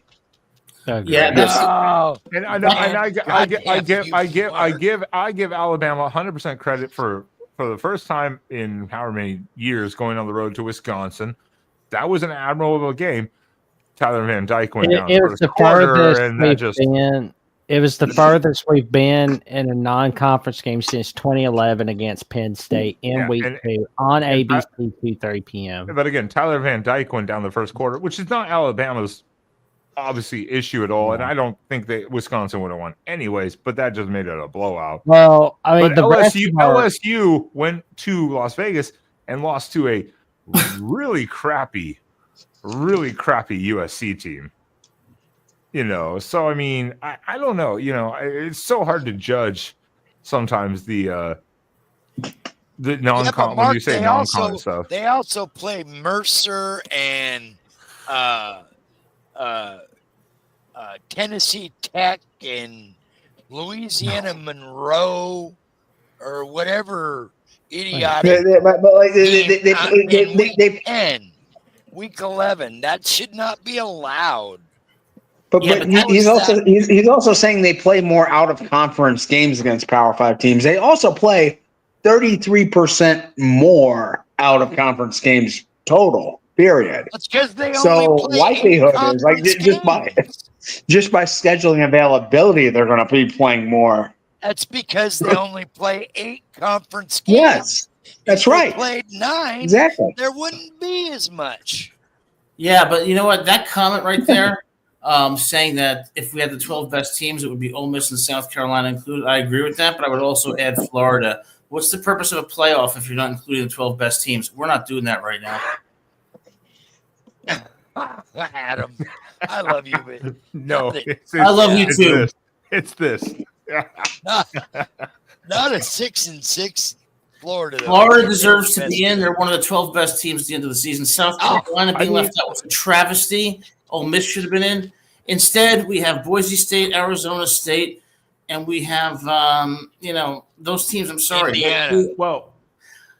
Indiana. I could see being in there, but you have to get almost in Florida. You have to give props to Arizona State, though. They had a couple bad losses earlier in the year with their other quarterback. Levitt took over, and then look at what they've done since then. They've been on a roll, too, and then they won the Big 12 in their first year. So, Arizona State, I'm going to defend them being there 100%. We got the Big Ten. Okay. The guy that runs this show is a Big Ten alum, and he's pumping the SEC. No, he's a Mid-American Conference. How dare you, Spaz? I technically run the show. I just let Jackson take control once in a while. How dare you? You know what, Jack? Blow the whistle. That's a personal foul. Clemson has no business being in the playoff, and I'm sorry. I mean, you're leaving out the teams that could actually challenge for a national title. I mean, you're expanding it to 12 teams to make it so that you're giving more of the best teams an opportunity. And what do? You put in inferior teams, and the whole playoffs credibility is compromised. The answer is not to have more teams in. The answer is to have less teams in, the ones that realistically have a chance of winning. And that differs every year. So the playoff committee should have flexibility to choose a different number of teams every year that have a realistic chance of winning. True. I have to correct the real here. I mean, not correct him. He is correct. Arizona State did almost lose Texas State again early in the year with their other quarterback who's not starting now. Levitt's been there. Oregon struggled with Idaho because of the O-line issues. And look where Oregon is now. So I don't want to go back to week 1 or 2 with these teams and go, well, they struggled then. Because those are not the same teams now. Like Florida, that first half of that season, Florida is abysmal. Absolutely abysmal. Now look at him. JaReel's just talking crap because Kentucky sucks since week 3 and it's never stopped, So Yeah. go on to basketball season, JaReel.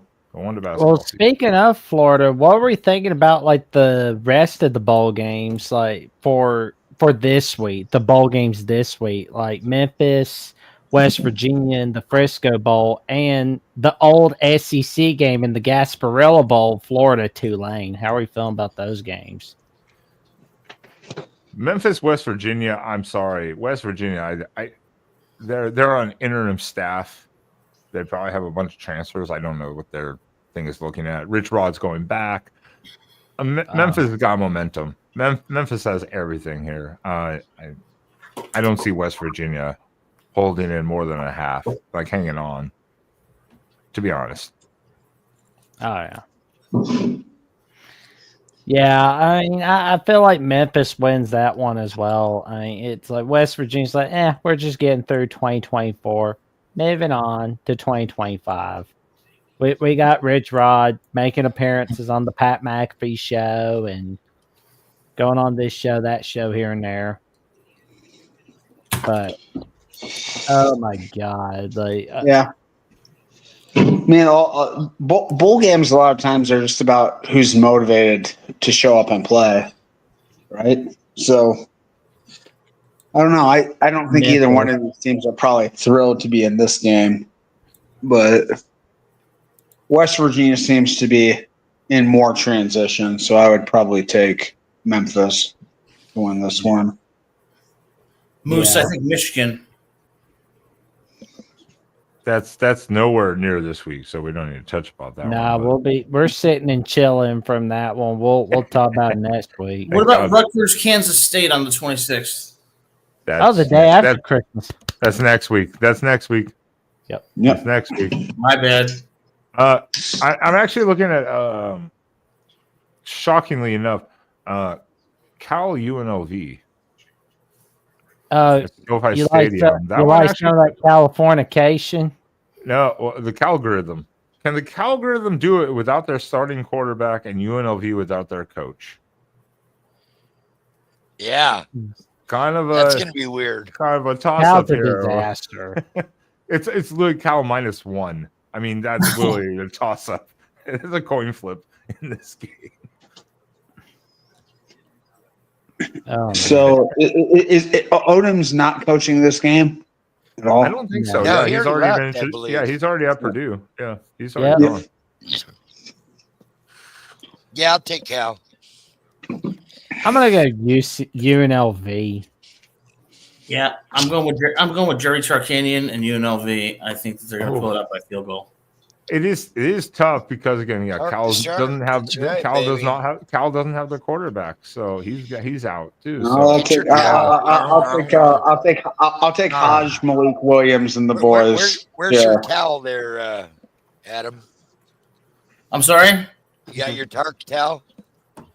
Oh yeah, absolutely. And I'm going to court tomorrow at 9:00. Nice. Guys, listen, I've got to go soon because I got to go to court tomorrow because I was on a street the other like a month ago and there was a red light, but there was nobody around me. So I just decided to go through the red light, and guess what? There was a cop like on the corner, and that's me. You believe this crap? I got you. All right, then real quick, Adam.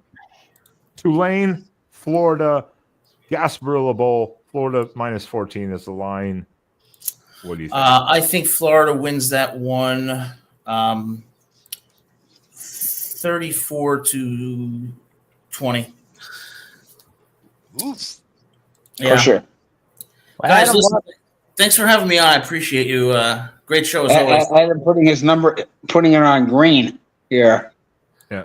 I will not accidentally post your phone number in the public chat, and I will sext you later, Adam. Thank you for being here. Please do, guys. See you later. All right, Adam. Good talk. He's like, I'm out. I'm out. Fuck you guys. Damn Traffic tickets after. Good grief. I did it again, Ben. What? What? I didn't do anything. I have been a perfect gentleman tonight. Yeah. So I want to talk we about touched about two that. coaching searches real quick. Oh Yeah. I wanted to touch upon that with this other bowl game we were going to talk about briefly, but there's not much to talk about. We don't know a whole lot. It's Clay Helton versus Sam Houston State. Meaning Georgia Southern versus Sam Houston State. And good news for Oregon. He's Samples not going is to Sam Houston. not going to Sam Houston. He's staying the running back coach at Oregon. So good news there for Oregon. Anyways, I wouldn't take that job either. I mean, what? I'm not a. I don't. Was he going to go from being the running back coach at Oregon to a coordinator? Houston, no, the Sam Houston Sam Houston coach. They he offered was him going to take over their job. Wait, decided not to do what's happening to the Sam Houston coach? I don't know. Did he resign? They just went like 9-3 this year. Did he resign? Yeah. I don't know if he took another job or what, or I don't know. Yeah, something. It was weird because I was like, last year was an awful year. This year was a pretty good year, 9-3.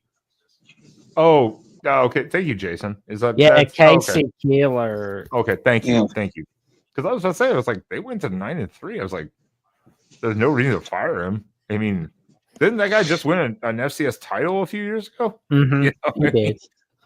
So, I mean, no reason to fire the guy. If he can't fix Temple, nobody can. Yeah, he's a pretty solid coach. But yeah, it was good for Oregon. Samples did not leave, and will stay as a position coach. Guys, I'll be back. I got to run to the store, so. Well, hopefully we end the stream before you get back. If you guys end, no biggie.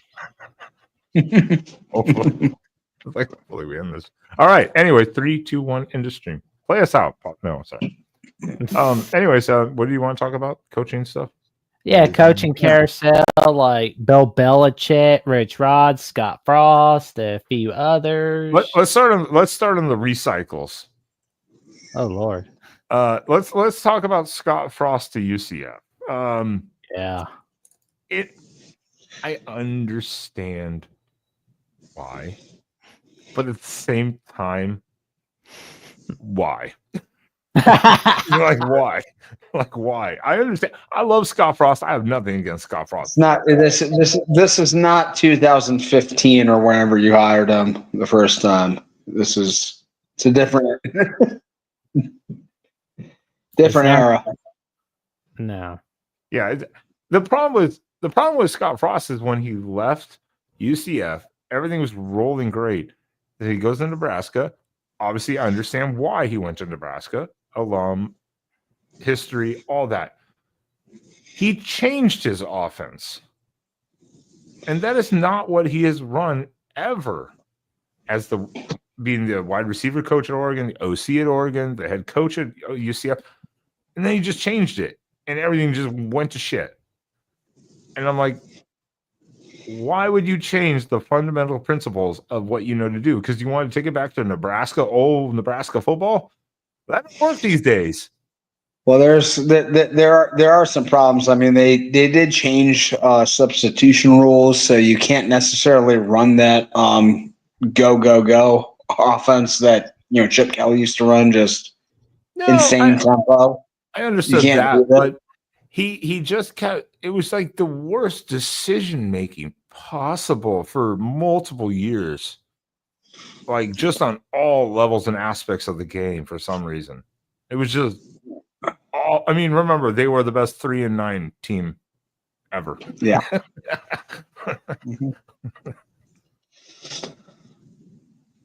Oh man. Again, I have nothing against Scott Frost, so I don't want anyone to be like, he hates Scott Frost. Like, no, I love Scott Frost.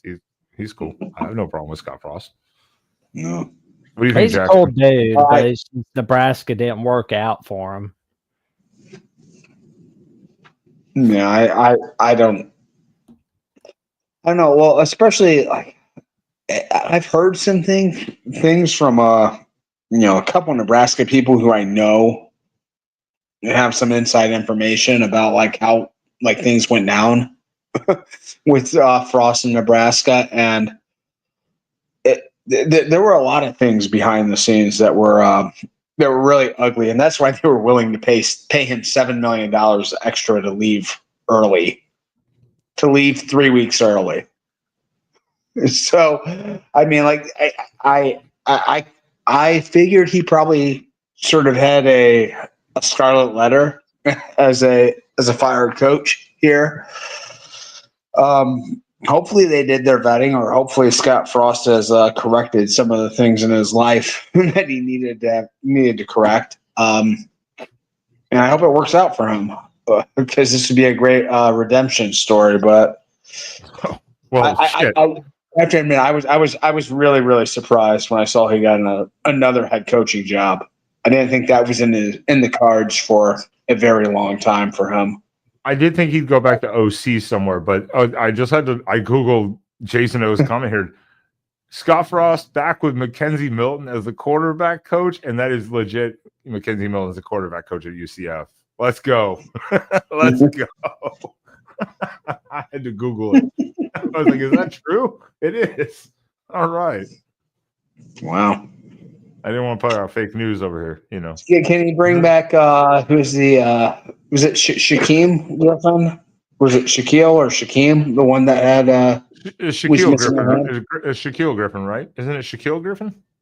I think it's Shaquem. I think Shaquille is his brother, but let I think Shaquem was the one with the you're correct. Yeah, Shaquem. It is Shaquem. Yes, you're correct. Mm-hmm. I was like, it's one of the Griffins. I couldn't remember which one it was. That guy was a baller, dude. That guy was fantastic. Good. You can't play because of a disability, and he was like, "Fuck you."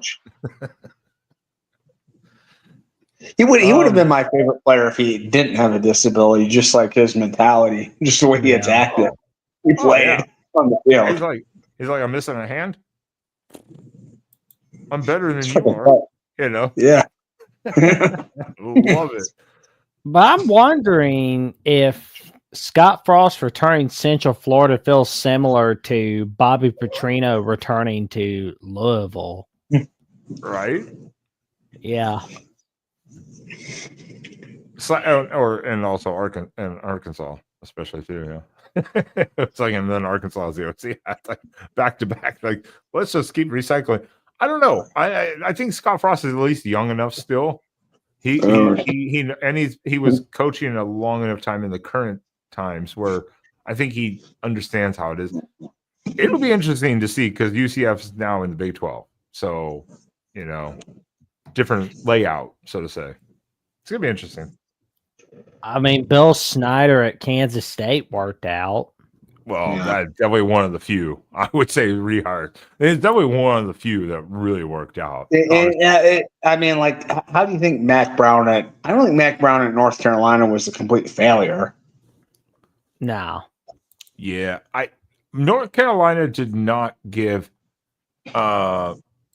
Let's pass over let's pass over Rich Rod for a moment. We'll go back to him. Now we're on North Carolina because I think firing a 73-year-old Mac Brown to hire a 72-year-old Bill Belichick who has his son guaranteed to be the coach in waiting and guarantee him all his money. Why didn't you just give Mac Brown that money? Not in the sense of coaching, but in the sense of NIL and backing. Why didn't you say, hey, we're going to give you one more year, we're going to give you all the stuff we can in one more year? Why do you have to go get Bill Belichick? Well, I mean, like, damn people. First of all, like, if we backtrack here, do you think Bill Belichick, like, a big part of his motivation was just to set his son up for a big job? Well, I mean, he literally, that was part of the contract guarantee was, hey, I'll be here at least 2 to 3 years. And there's a stipulation. Apparently, before June 25th next year, he can leave for the NFL with and just opt out of his contract. A $1 million buyout. And apparently his son still gets it's the deal. It's after June 1st, 2025, but before June 1st, 2025, it's $10 million. And his son still gets the coaching job, I think, right? Mm-hmm. I believe. So the point is, it set up this stipulation, this weird family contract, like you're stuck with us for at least 5 to 6, 7 years. no matter what, with guaranteed money, pay everything. And they were like, okay. Yeah, I don't.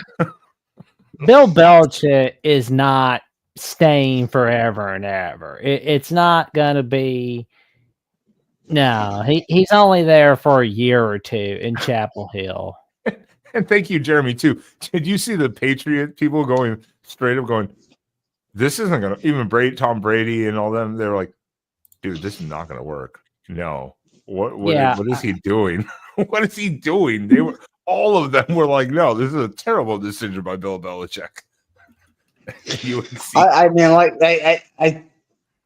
I think it's strategic by him. I really do think 90% of why he took this job is to set his son up for a big job. I can't see any other reason why he would want to do this. He hasn't been in the college game since like the 60s or something.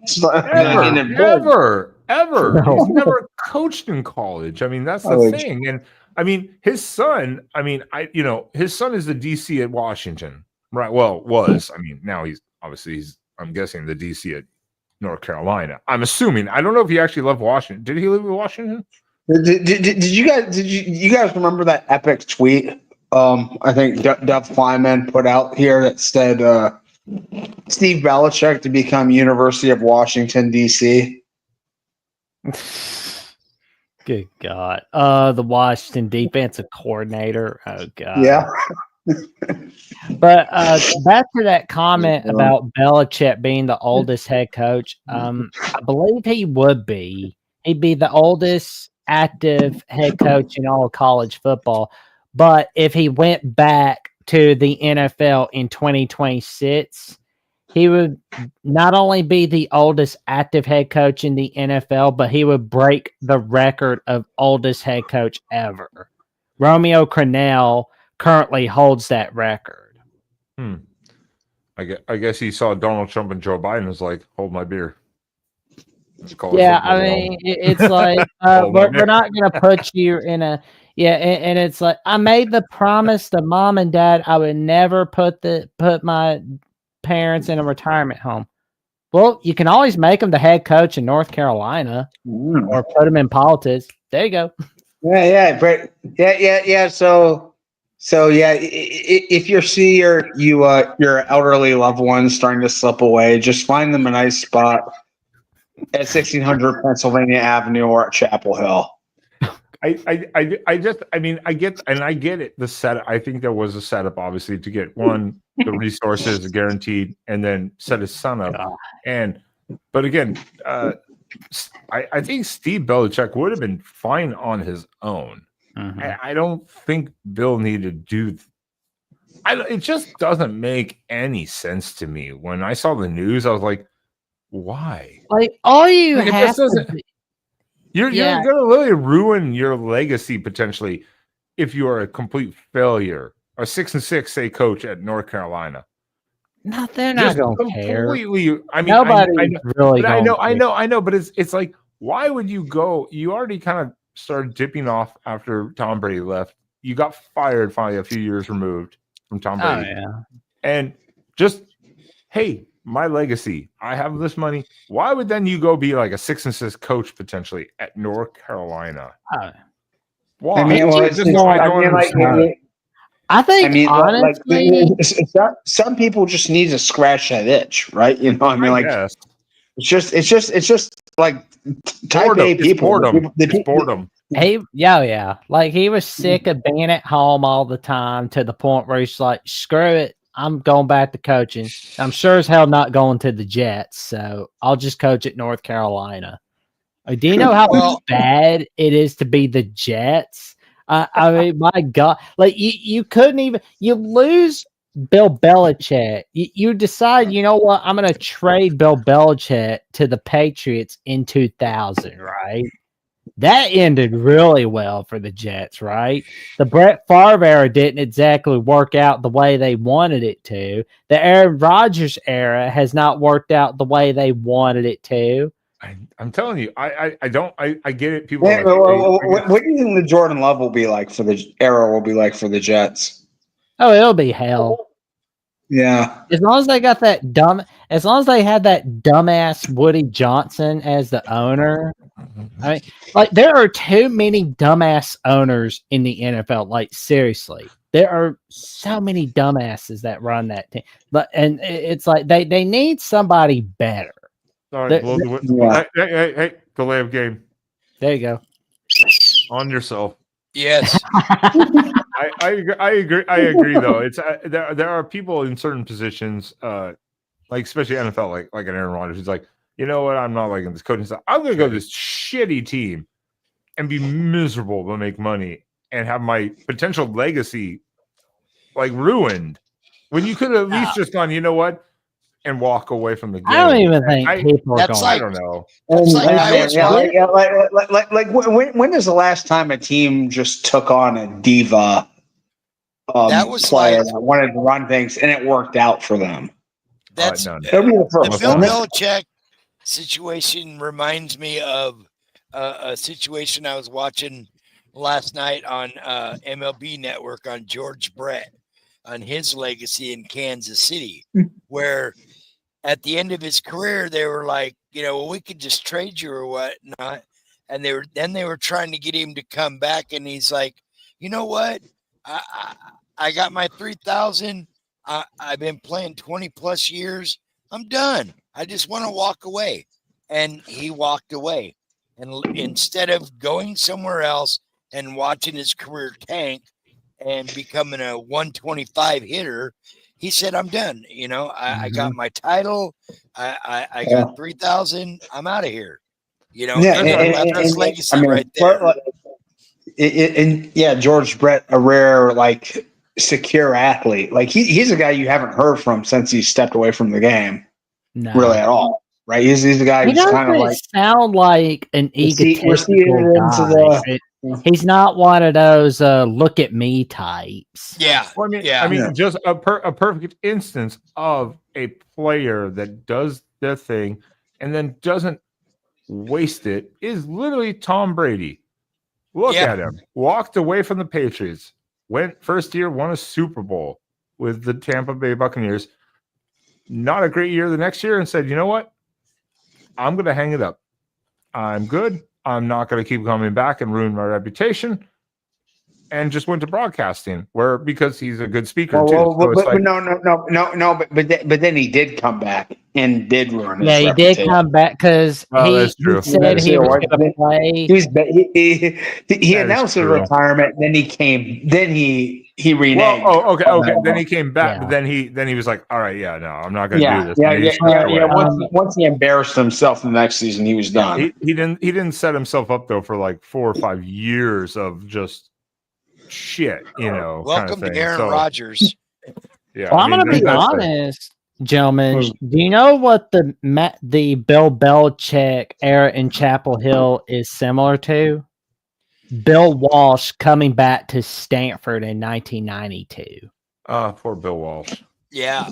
Bill Walsh had already been at Stanford. Although I will say, Bill Belichick brought Michael Lombardi with him, who was GM in New England for over half of them Super Bowls. And so those two know how to put a team together. And in this kind of era where money and you can buy players and bring them in, don't be surprised if North Carolina goes out and brings in a bunch of blue chip guys and wins 10 games. It would not surprise me. That's the problem though with Bill Belichick, and I'm going to blow the whistle on myself here in a minute with the Bill Belichick topic, is that he hasn't been in the college game for a long time. So he literally has to be a CEO and have a staff that can relate, because Bill Belichick ain't going to sit in no goddamn fucking recruit's living room. Yeah, exactly. He is not doing that like every other day. He's not doing it. So I'm sorry. You think he's charming boosters, and he's like going to be like calling up NIL owners on a daily basis?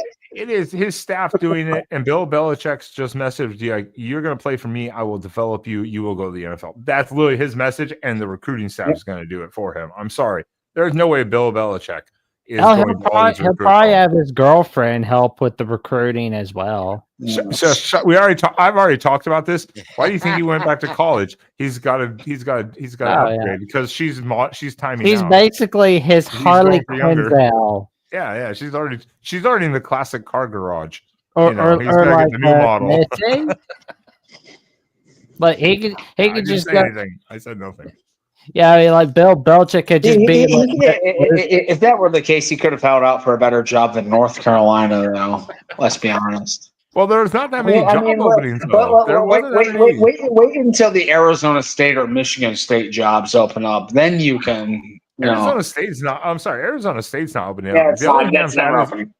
Yeah, No, Dillingham's at his alma mater. He's happy. Yeah. He's good to go. Yeah, but they've got a coach now that's on the spectrum. Who doesn't know how to talk to women? Probably so. Speaking of the recycling, because it's kind of on brand. Well, actually, all of these are recycles technically, but specifically Before we recycle. go on that point, does anybody know the record of Bill Belichick without Tom Brady? Oh, it was terrible. It was like 22-40, wasn't it, or something like that? 83 and 104. That's counting his tenure. Shit. Yeah, that's counting his tenure at the OG Cleveland Browns. The first year of the New England Patriots, 2000, the first couple of games of the 2001 season, and the 2020 through 2023 season for the New England Patriots. I was just thinking in Patriots after Brady left. That's all I was thinking about. So I'm thinking of all of it. Yeah, well, with all of it, yeah, that's awful. Hey, can we That's atrocious. blow the whistle? Blow the whistle. Well, we're There you moving go. on Got to it. the next Got it. topic. Well, yeah, Let's go. we're forgetting that Bill Belichick. If it weren't for Bill Belichick, there would be no Baltimore Ravens. We have two more specific ones to talk about, but let's take it up to the hills, the mountaintops of West Virginia, as Mount they Mama. retread Rich Rodriguez. Which Almost I'm heaven. sorry, I'm not, and I don't mean retread in this sense as negative as like even a Scott Frost, because Rich Rod has been at multiple schools, just at Jacksonville State, to a winning record, conference out, all that stuff to the FBS level. Rich Rodriguez can still coach goddamn ball. Yeah. Mhm. So You sure can. I think West Virginia probably did the right thing after after holding on to Neil Brown probably for about 2 years too long. Oh yeah.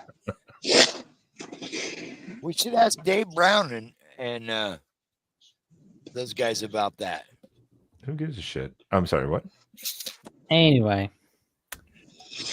Yeah, I think it's a good hire. I think it's a good hire. Good hire. Okay. Yeah. There we go. Like West Virginia is a very, very special place too, right? I mean, like there's no other place like West Virginia in the country. So it really helps. Country roads. Oh, sorry. It really helps. I'm Place like West Virginia to have somebody who has that in their blood. Take me home to the place. Yeah, and that song was written by somebody from Colorado. So, John Denver. Pat McAfee. yeah, and so let's be serious here for a second. No, this is. I mean, like it might almost be the best hire West Virginia could have made. I feel like to have someone who has this program, the state, this part of the country in their DNA. And who also has demonstrated himself to be a really good coach in other different areas. He did leave, was pushed out of Arizona on, somewhat kind of uncomfortable circumstances. I guess enough time has passed that no one really cares about that because it doesn't seem like anyone's bringing that up anymore. So No, it's like Yeah, a lot of people, they're not too worried about some of the stuff that went down at Arizona. They're not worried too much about that also he lamented, he left West Virginia probably in the wrong way. I think he said that in some sort of presser or something like that. So he kind of owned that. But it's been so long that in the same way, they also appreciate what he did, for them. So it kind of seems like a nice rematch kind of thing. Now, if it's actually abysmal, but we'll see. Rich Rod knows how to coach still. He knows how to scheme up the offenses. He knows how to do things. Oh shit. Yeah. Quack, Clint. Yeah, that's right. Quack. That's right. Even the beaver can't deny it now. Okay, I got to step away after that. That was the nastiest comment I think I've ever said on my stream. Jesus. Bow your head. Rich Rod, great hire. I'll be back in a second. I should do this in the private chat. But after this, let's talk Dan Mullen. Goddamn Mullen. Dan Mullen. Oh my God. Dan Mullen. Jesus. Shitter's full. So wait, do we have to wait on Ben to finish the cigarette or what? Here we go. Boom, boom, boom, boom, boom, boom, dun, dun, boom, bang, bang, bang, bang, boom, boom, bang, boom, bang, boom. chitty bang. No, what do you think the ceiling is for Red Rod at West Virginia? Because I think that Big 12 conference to me seems like wide open. Oh yeah. I mean, they expect at least one Big 12 title. Maybe something like the old days from 2005 to 2007, where they made everyone's life hell in the Big East, and they made Virginia Tech's life a living hell. Like the first few years that Rich Rod was there, they basically showed the Hokies who was boss on Thursday Night Football. Like you didn't do that to Virginia Tech in the Big East. So see, that's a rivalry I want to bring. I want to bring that one back. I know, right? West Virginia, Virginia Tech, like that. Those two programs are soulmates. I think.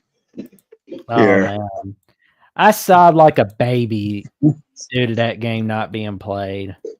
I could go on a whole venting session about games that aren't being played that should be played, but that's an off-season topic. That's not a tonight topic. Well, I think about this. West Virginia, they've got a fair number of rivals historically. They've obviously got Pitt. Mm-hmm. They've got Virginia Tech. They've got Maryland, mm-hmm. and they rarely play any of them. They're not in the same conference with any of them. That's a shame. That sucks. Like it's like Penn State in the Big Ten that never gets to play Pittsburgh every year. Mm-hmm. Yeah, but there's some good stuff over here in chat. What are we looking at here? So what do we have? The whole people are starting to ask about Deion and does he stay? Does he go? Oh, I've always thought Deion was probably gone after this year. Well, I don't see a lot. He says no, but you know what? If the two teams right now that have the shot at the number one are the Giants and the Las Vegas Raiders. And if Las Vegas lets Pierce, what's his name? Antonio Pierce go. Yeah, if they let they're both probably gone. I mean, I could literally see Deion with the way he likes the lights and the prime time and all that. I could literally see him and Shedeur be a package. Maybe the Saints in Vegas. Maybe the Saints. You don't think Saints don't get Deion? Because Shedeur's going one or two. And if Vegas gets him, I mean, I could see literally Deion say to Vegas if they end up with the number 1 pick, all right, look, if you guarantee me you're going to draft my son at number 1, I will come coach your team for the next 5 years. And I could see that legitimately happening. Oof. Vegas has the glitz, the glamour, the lights, everything that's Deion. Everyone does, but both of them do. It's Vegas or New York. Yeah, but He's New probably York's going too much. to. New York's a media headache. He doesn't want to deal with a media headache. He's got a bad enough headache in Colorado. Oh, yeah. Vegas would be a little bit of a media headache, but not as bad as going to New York. Yeah. I don't know. I mean, like it's really hard to predict what his next move is going to be.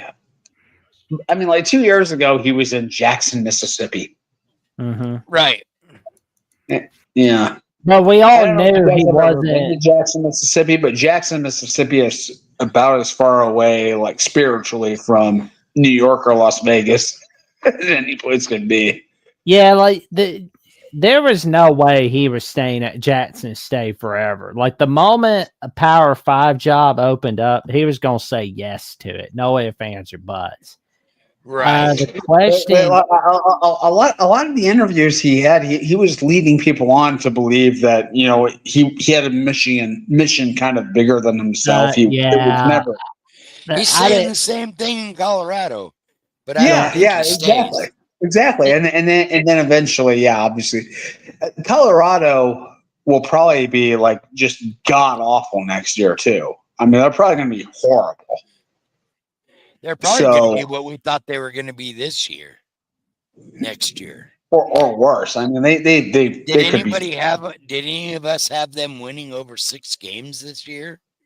I did. I thought they were going to win. I thought they were going to be about what they did. I thought they were going to be an 8-9 win team.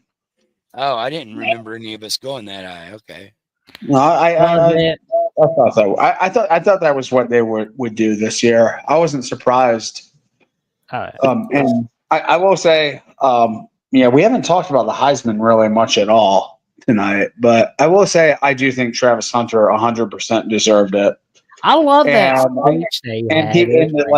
The social media outrage over Genty losing it, I think silly. I'll be honest, I didn't even watch. Go either way. I don't care. I didn't even watch the Heisman.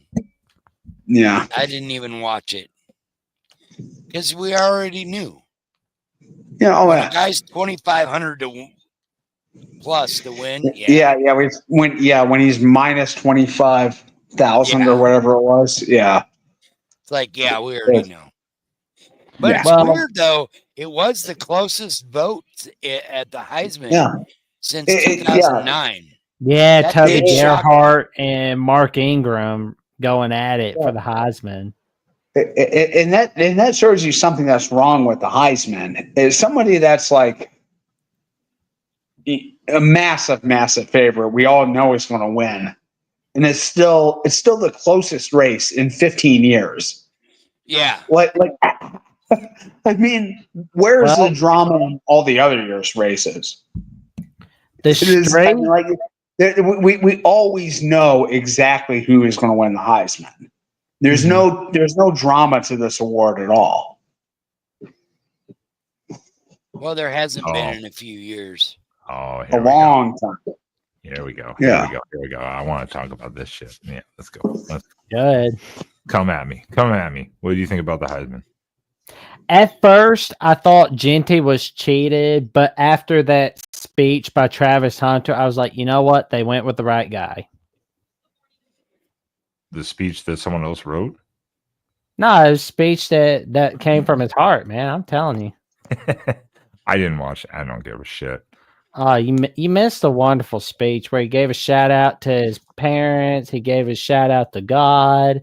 Oh, so the typical Heisman speech that everyone gives. He gave out a speech, and he said they wish his dad was here to see it. So I mean, it was pretty feel good. I mean, it felt pretty good.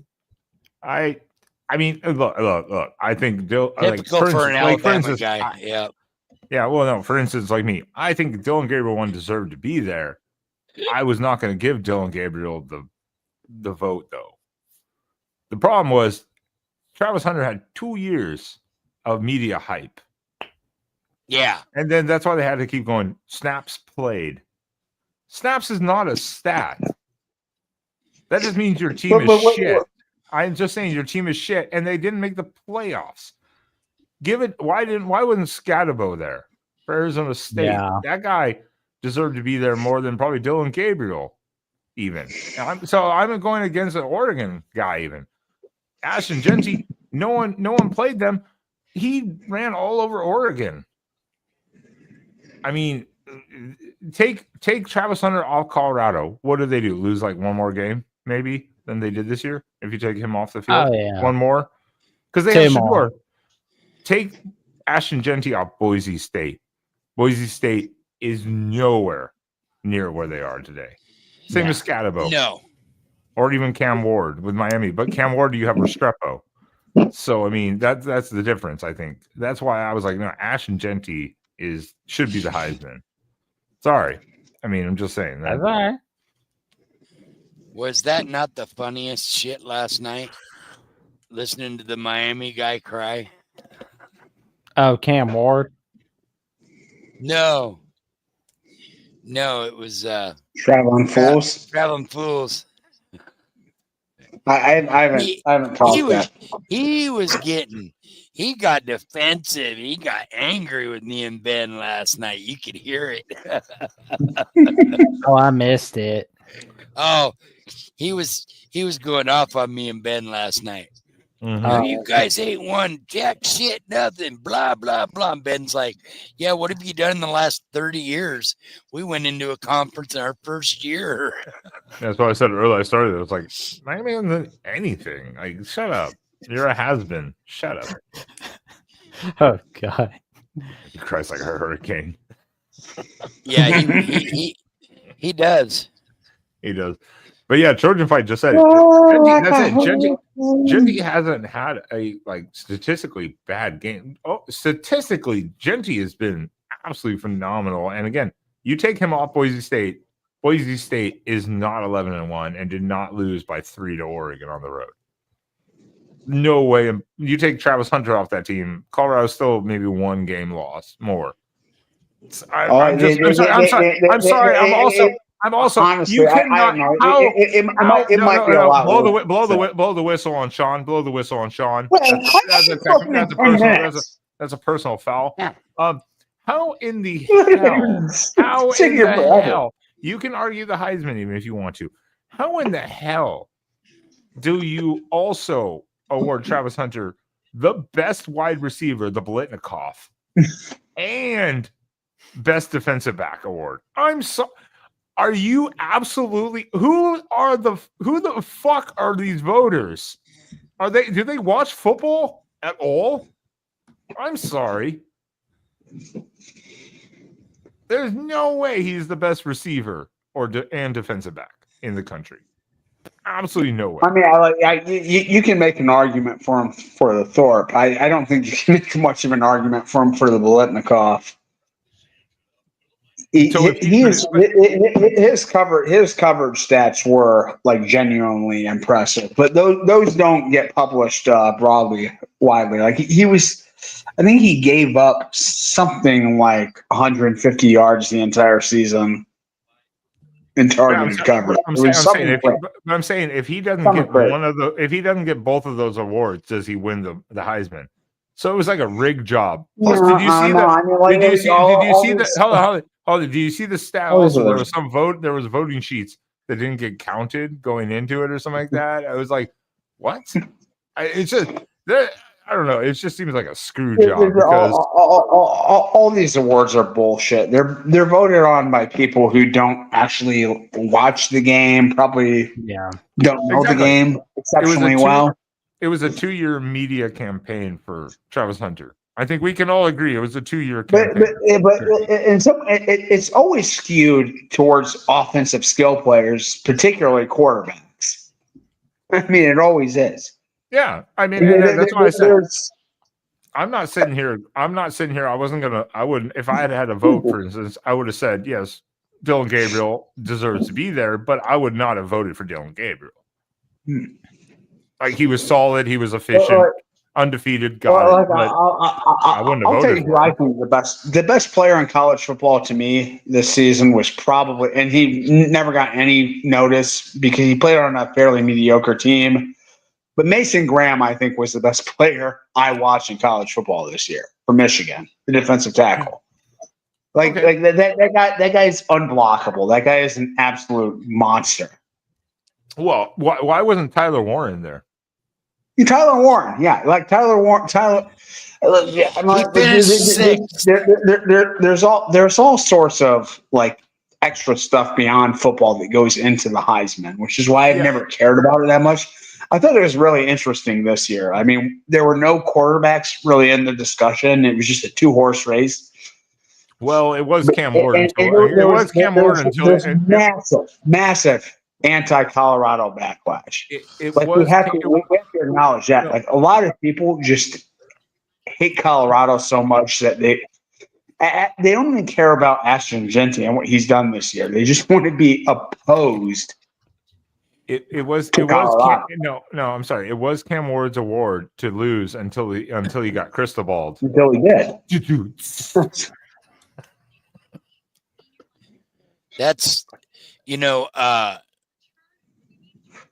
that's why the Colorado thing, there was a space last year where what was the guy that went to Florida, the Colorado lineman that went to Florida? Seton?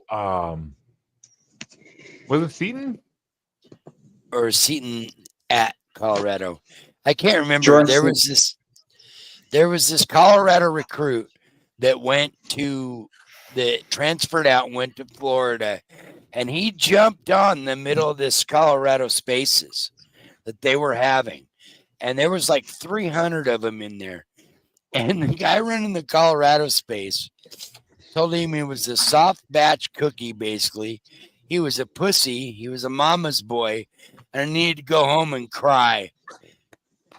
Who was the guy? Colorado didn't need him anyways. Get the fuck out of there. With the recruit in the space. And they had it out for like 20 minutes back and forth. Wow. Yeah, it was Seton. Thanks, Ralph. Yeah. Jordan Seton? That was the wildest shit I'd ever seen in my life. That's why when you said Seton, I was like, that name is familiar. I was like, no, I No, Cormani. I'm looking all over the place for this guy. I just did a Google search. I'm not seeing anything. It's Cormani. It's Cormani. Yeah.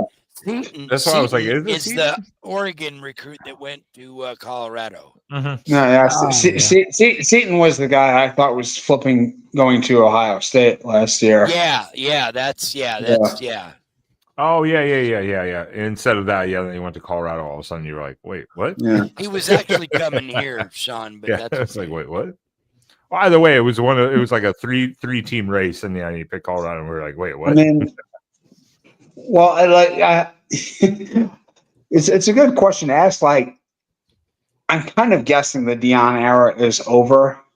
Well, we're not certain of this, but did Colorado get what they wanted out of this? I mean, like, they were in such the depths of despair. They were just such a pitiful program. Now they've got a Heisman Trophy winner. They've kind of gotten a lot more attention than they would have otherwise.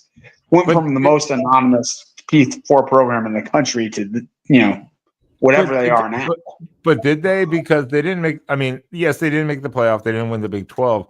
But if Deion, after 2 years, say he leaves, which everyone said apparently he's not now, that's absolute crap. We don't know what happens to the NFL cycle when that opens. Yeah, and that's, I think, is his goal.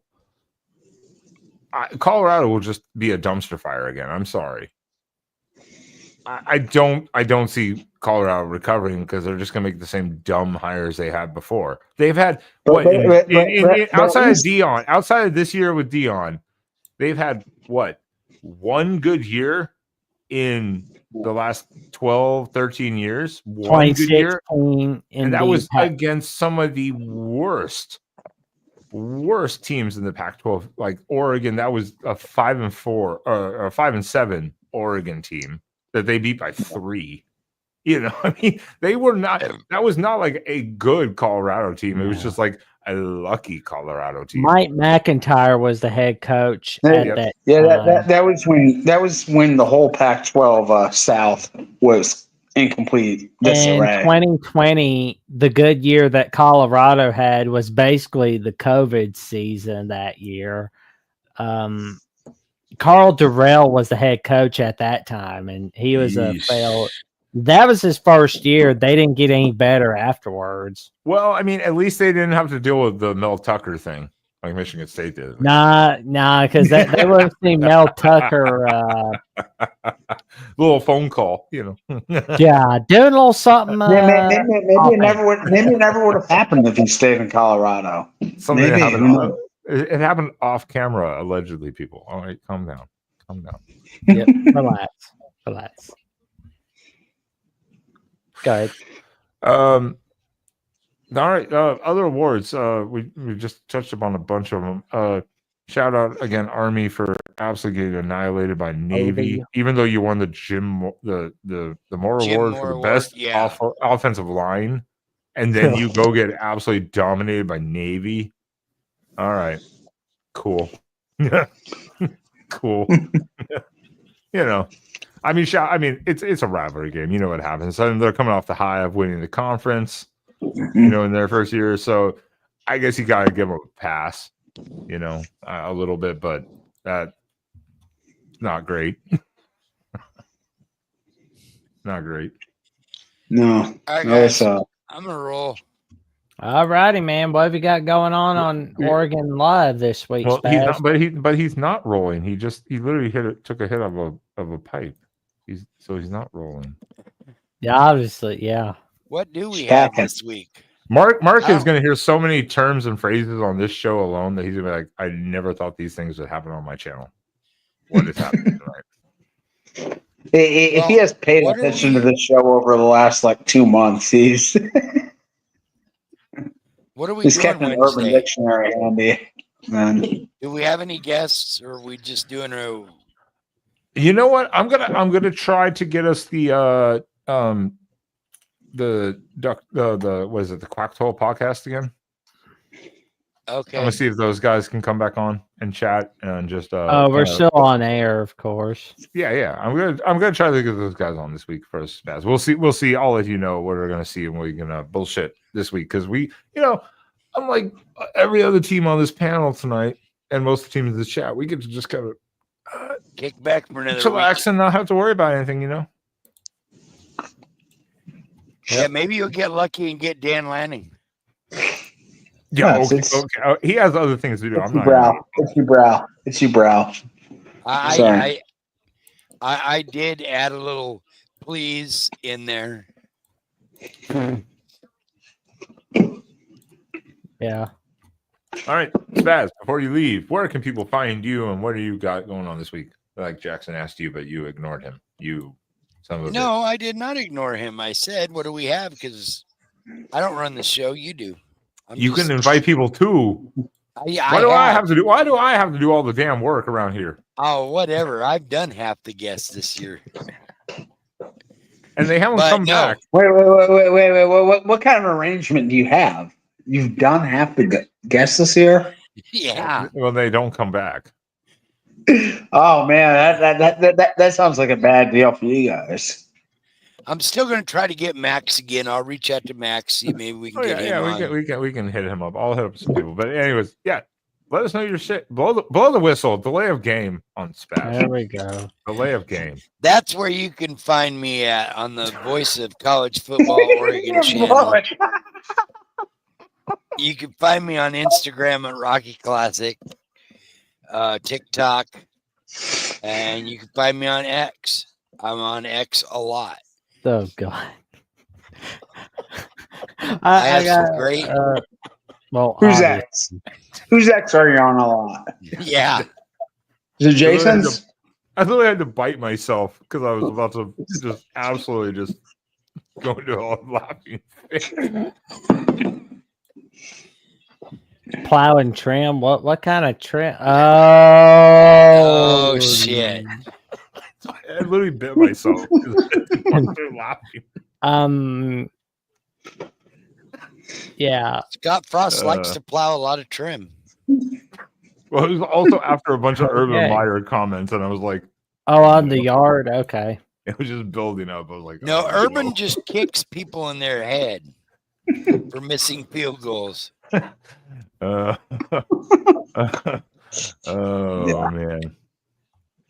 All right, guys. Have a good night. I'll see y'all next week. See you soon, Spaz. Don't cry too hard there, Sean. It'll be okay. There's always next year. Next year, that's just not looking so good. So, Oh man. Yeah, I don't even want to think. I mean, everyone always wants to look ahead to the next season. Even no matter what, even if you have games coming up like us, we're like looking at next year's season, the roster, the transfer portal, the recruiting class. But it's like, no, it's just this season's not done yet. I mean, like, holy shit! Yeah. You're still trying to like look ahead, but it's like, no, you can't do that. I mean, there's There so we much more to go. play for.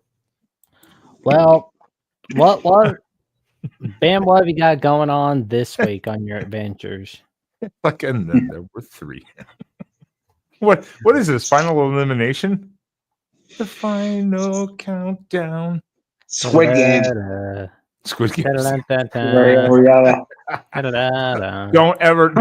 Do not ever make that sound again, Jackson. I know I started it, but I cannot stand it.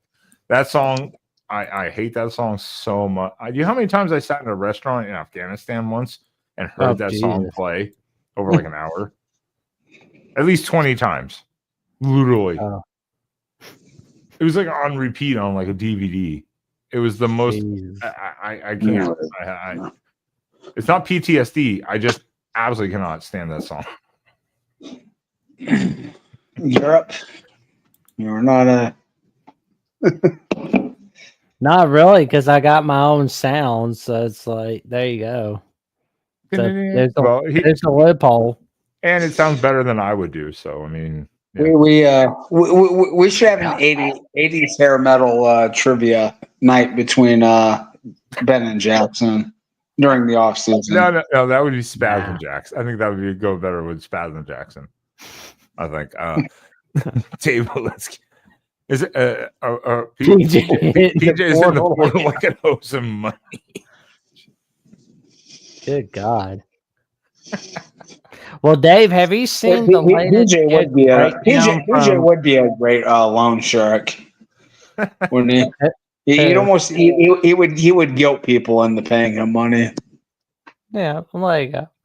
Before it came to the last resort. Before the baseball bat had to be broken out. Oh, my God. You're making me check the chat here.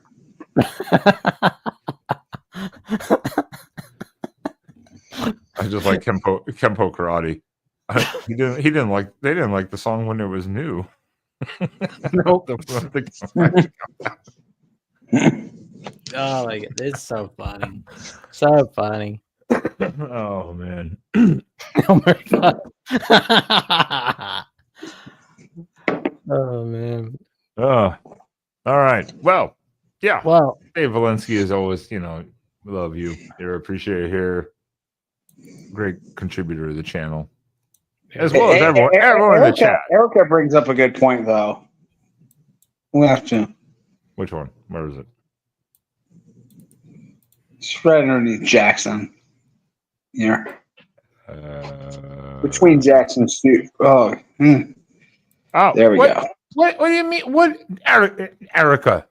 You were late. Yes. You were late. No, you were late. This is how the show started. What do you, Erica? I am so disappointed in you. Literally, the show started with this. Hold on, I can't do it right away. Everyone, I have to mute it. We started the show with this. Wait, is there copyright here? Just in case. We started the show with this. I was like, look at it. It's so beautiful. Yes. Yes. Yes. A toaster a toaster in the trophy. I love it. Absolutely love it. They should have made it a triple, like a triple toaster, because there's 3 mascots this year. So actually, shame on you, Pop Tarts Bowl. There's three Pop Tart mascots this year. Okay. So shame on them for Hey, not making a triple toaster. Begging, Not including Sebastian the Ibis and whatever the hell Iowa State's mascot is. Cyclone. Cyclone, was it? Right. Is the mascot edible this year? Last year, yeah, damn it, Pop Tart Bowl. I swear you better have that. I want to see them actually eat the mascot this year. Last year was actually kind of crap. Eat the mascot.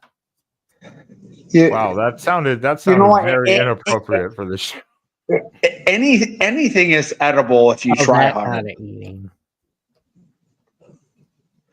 Anything is edible if you want it badly enough. Well, you got any biscuits for sale there? That's true.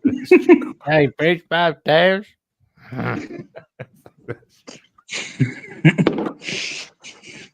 I just had so many bad images just go through my head. All of a sudden, I was like, he's not wrong.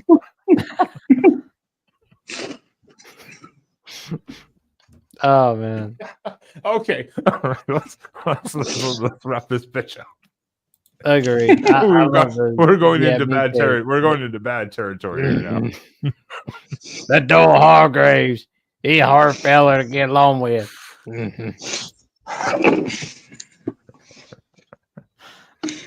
Sean, what do you got going on this week? Well, I unlike most of the people in the state I currently live in, will be rooting my team on in the playoffs this week. So I have that to look forward to on Saturday. Hopefully enjoying a great weekend in Kazoo there, and yeah, not much else. Not much else that I'll be doing publicly. I'll be living my life as normal. But very, very excited for the first year of the 12-team playoff. Jackson is dropping the links to my socials right there if you care to check me out on either of the applications. And yeah, I'm just super excited. I think this will be a very, very fun first year of the 12-team playoff. Yeah. So, and yeah, expect the unexpected. So there we go. Mm-hmm. Well, I guess it's my turn. So you can check out what I'm doing on Alabama at the Voice College Football Monday afternoons, including Monday's edition of Crimson Tide Live, where Johnny Burtz and I will be going over the transfer portal updates, the 2025 Alabama schedule breakdown, and so much more. We're going to go over a little bit of a preview of the ReliaQuest Bowl. We're going to go over our take on Jalen Milroe announcing that he's going to play in the game, and what opt-outs do we need to look out for, and much, much more.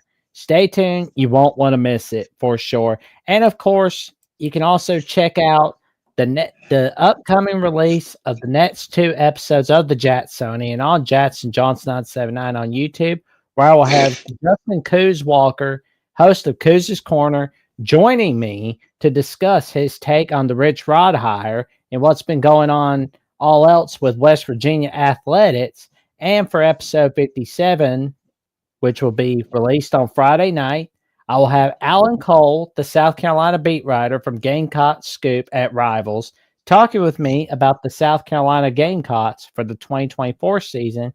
And we're going to go over a little bit of the preview of their bowl game as well. And for more updates on what I'm doing on Alabama with the Voice College Football and on the Jacksonian and other projects that I've got going on my YouTube channel, Check him out on Jats BOCFB on X and on Jats Johnson 543-908. But Ben, what magic have you got cooking up on your channel? I have no idea how you keep all those numbers straight, to be honest. I have no idea how you do that. Well, it takes practice. It does. I don't doubt it. And a lack of drinking. Well, you can't drink a lot. You can't if I'm gonna drink alcohol, it has to be one drink and then that's it, because I don't want to lose the brain cells. But that's right. You can catch me on right here on the Sunday night show, of course, the After Dark, and with Spaz, who was here previously, but he bailed out like a little bitch. You can catch us on the Oregon channel every Wednesday night. Might have a guest this week on our off week, as we just get to relax and watch other teams destroy themselves. There you go. And then Jackson has those links. Please do also check out. There it is. See you next week, Ben. There it is. See you next week. There it is. Jackson filled in this week for me for the Michigan State preview show on the Oregon channel, because I was in Paris doing a 2 nights in a row catacomb tour guide show trip as a tour guide, basically the guide, whatever, with Matt Rife, the comedian, and then a second. Oh, he was on Netflix with these guys. So yeah. Oh, he's quite successful. He is, and he's very funny and very cool. I've had my photo up with him, so definitely go check out those 2 videos. They're out now. We should get Matt Rife on the After Dark show sometime. I doubt I could get his. I mean, I could ask for it, and I doubt it. I mean, the worst that could happen is you hear no. I mean, that's it, really. I could ask the guy who that channel that I'm on there. That's not my channel. That's another channel. But I could ask that guy Eldon. I could be like, hey, shoot my number to Matt Rife and see if he texts me. Was Matt Rife? Was he or was he not a guest picker on College Game Day one time? I feel like he might have been. Was Matt Rife a guest picker on College? No, I don't think so. I don't think so. But then again, I'm not going to say I've sat. No, you're thinking of Timothy Chalamet. No, I'm not thinking of Timothy Chalamet, not Charlemagne. He is not Charlemagne the God here. Oh. Timothy. That last name is hard to pronounce, so it's like Timothy Chalamet. Chalamet. Yeah. I thought it was Chalamet, because I mean it says Met. What's the point of having? Chalamet. No, like all French names. I took 2 years of French, or 2 semesters of French in college. You basically always drop all the consonants. Like you end it with whatever the vowel sound is. Words, almost all words. Yeah. It's like everything that happens after the last vowel just doesn't matter in French. God. But yeah, check those videos out. It's cool. It helps them out a lot. It helps them out a lot. Share it out. Helps out my channel too, because they give me a shout out and a reveal at the end. So it helps out everyone at the end. Jackson, though, please give us the final outro promo here. There we go. If you want to be on CFB After Dark for the voice of college football every Sunday night, discussing your take on college football, where you could be one of the Nets hosts of a channel that's not here yet, you can come on in and get a panel invite where you can pay $9.99 a month by becoming a Heisman member for the voice of college football on a YouTube membership right here on the network. And my friends, it can definitely be one of you. And you can give out your top-notch takes in all of college football. And of course, for $2.99 a month, you can get a loyalty badge next to your name in the comments, live chat, custom emojis to use in the comments section, live chat, member shout-outs, and you get member-only polls by becoming an all-conference member. For $4.99, you can become an All-American member, and in return, you get to hang out with the one and only Mark Rogers himself, and you get priority replies to comments as well. And for $19.99 a month, you can get discounted merchandise by becoming a Hall of Fame member. And of course, for $99.99, you can get top-notch VIP access to the voice of college football bets, the top pick from Mark Rogers, Trojans Wire, and Big Ten Live co-host Matt Zemek. The Steve Dace Show and Michigan podcast himself, Steve Dace, and of course from Wager Talk, Steve Merrill, where he gives out his weekly under the radar pick of the week. And I can tell you right now, it's a wise investment, especially if you're looking to make top-notch picks in all of college football. But gentlemen, what is our true love giving to us this Christmas? Like Ben, what is your true love giving to you? He forced me to make me pick out a pair of shoes, so I picked out a pair of $20 sneakers.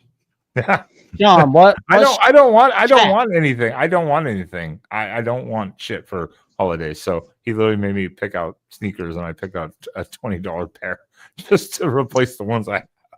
He forced me. Is the true love given to you? The disputed national champions, college football. Okay. Oh, you set me up. How dare you?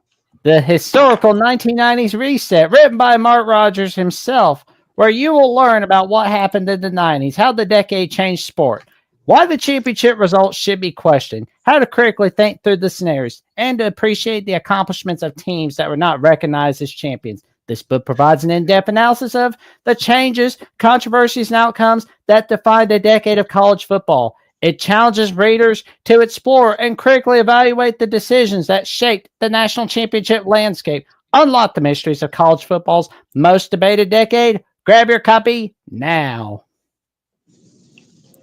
See, the amazing testament to Jackson's salesmanship skills is I think Ben was genuinely caught off guard by that bait and switch. He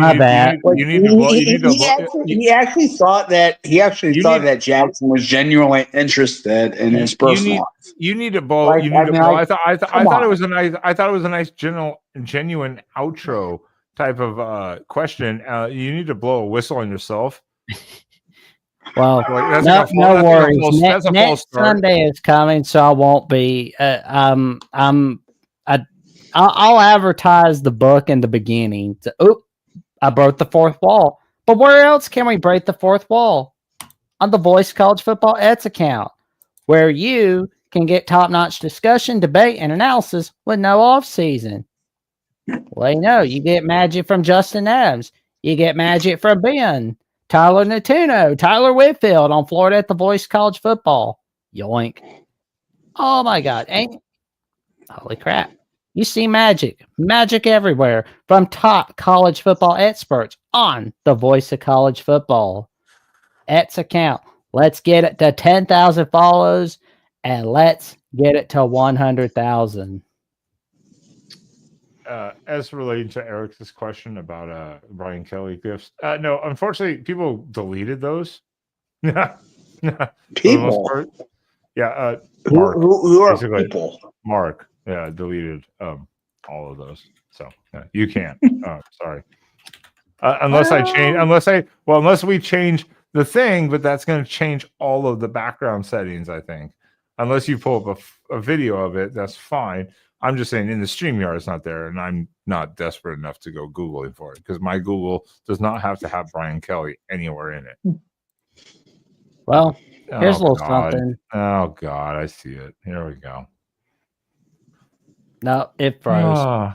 Thank God. Thank God. It's like a Phineas and Ferb episode where it's just like. Can I say this is the longest ending to a show? Thank you. I am trying to end this. I'm trying to end this bitch. We already did all of our outros, and it just kept going and going. I thought I'd be faster. Yeah. That's what she said. Gonzalez. Hey, yeah. That's what that's what she thought that too. So, but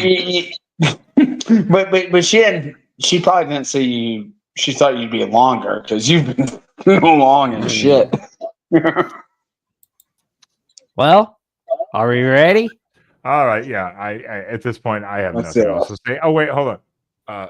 The other term I didn't get to use with the second video, paranormal investigation. So another term Mark would never thought he would have said on this channel. So there we go. Nailed it down. Jackson, give us that final popular term, and we'll see you all next week There we as go. we recount the playoff games and look to the future bowl games and all that good Yeah, stuff. we love all you There we six. go. We're ready. Coming We up ready? week after week. Shut up, Sean. Play us out, Jackson. Pop Tart, play us out. God damn it. Yes. There you go. Mm. Mm-mm-mm.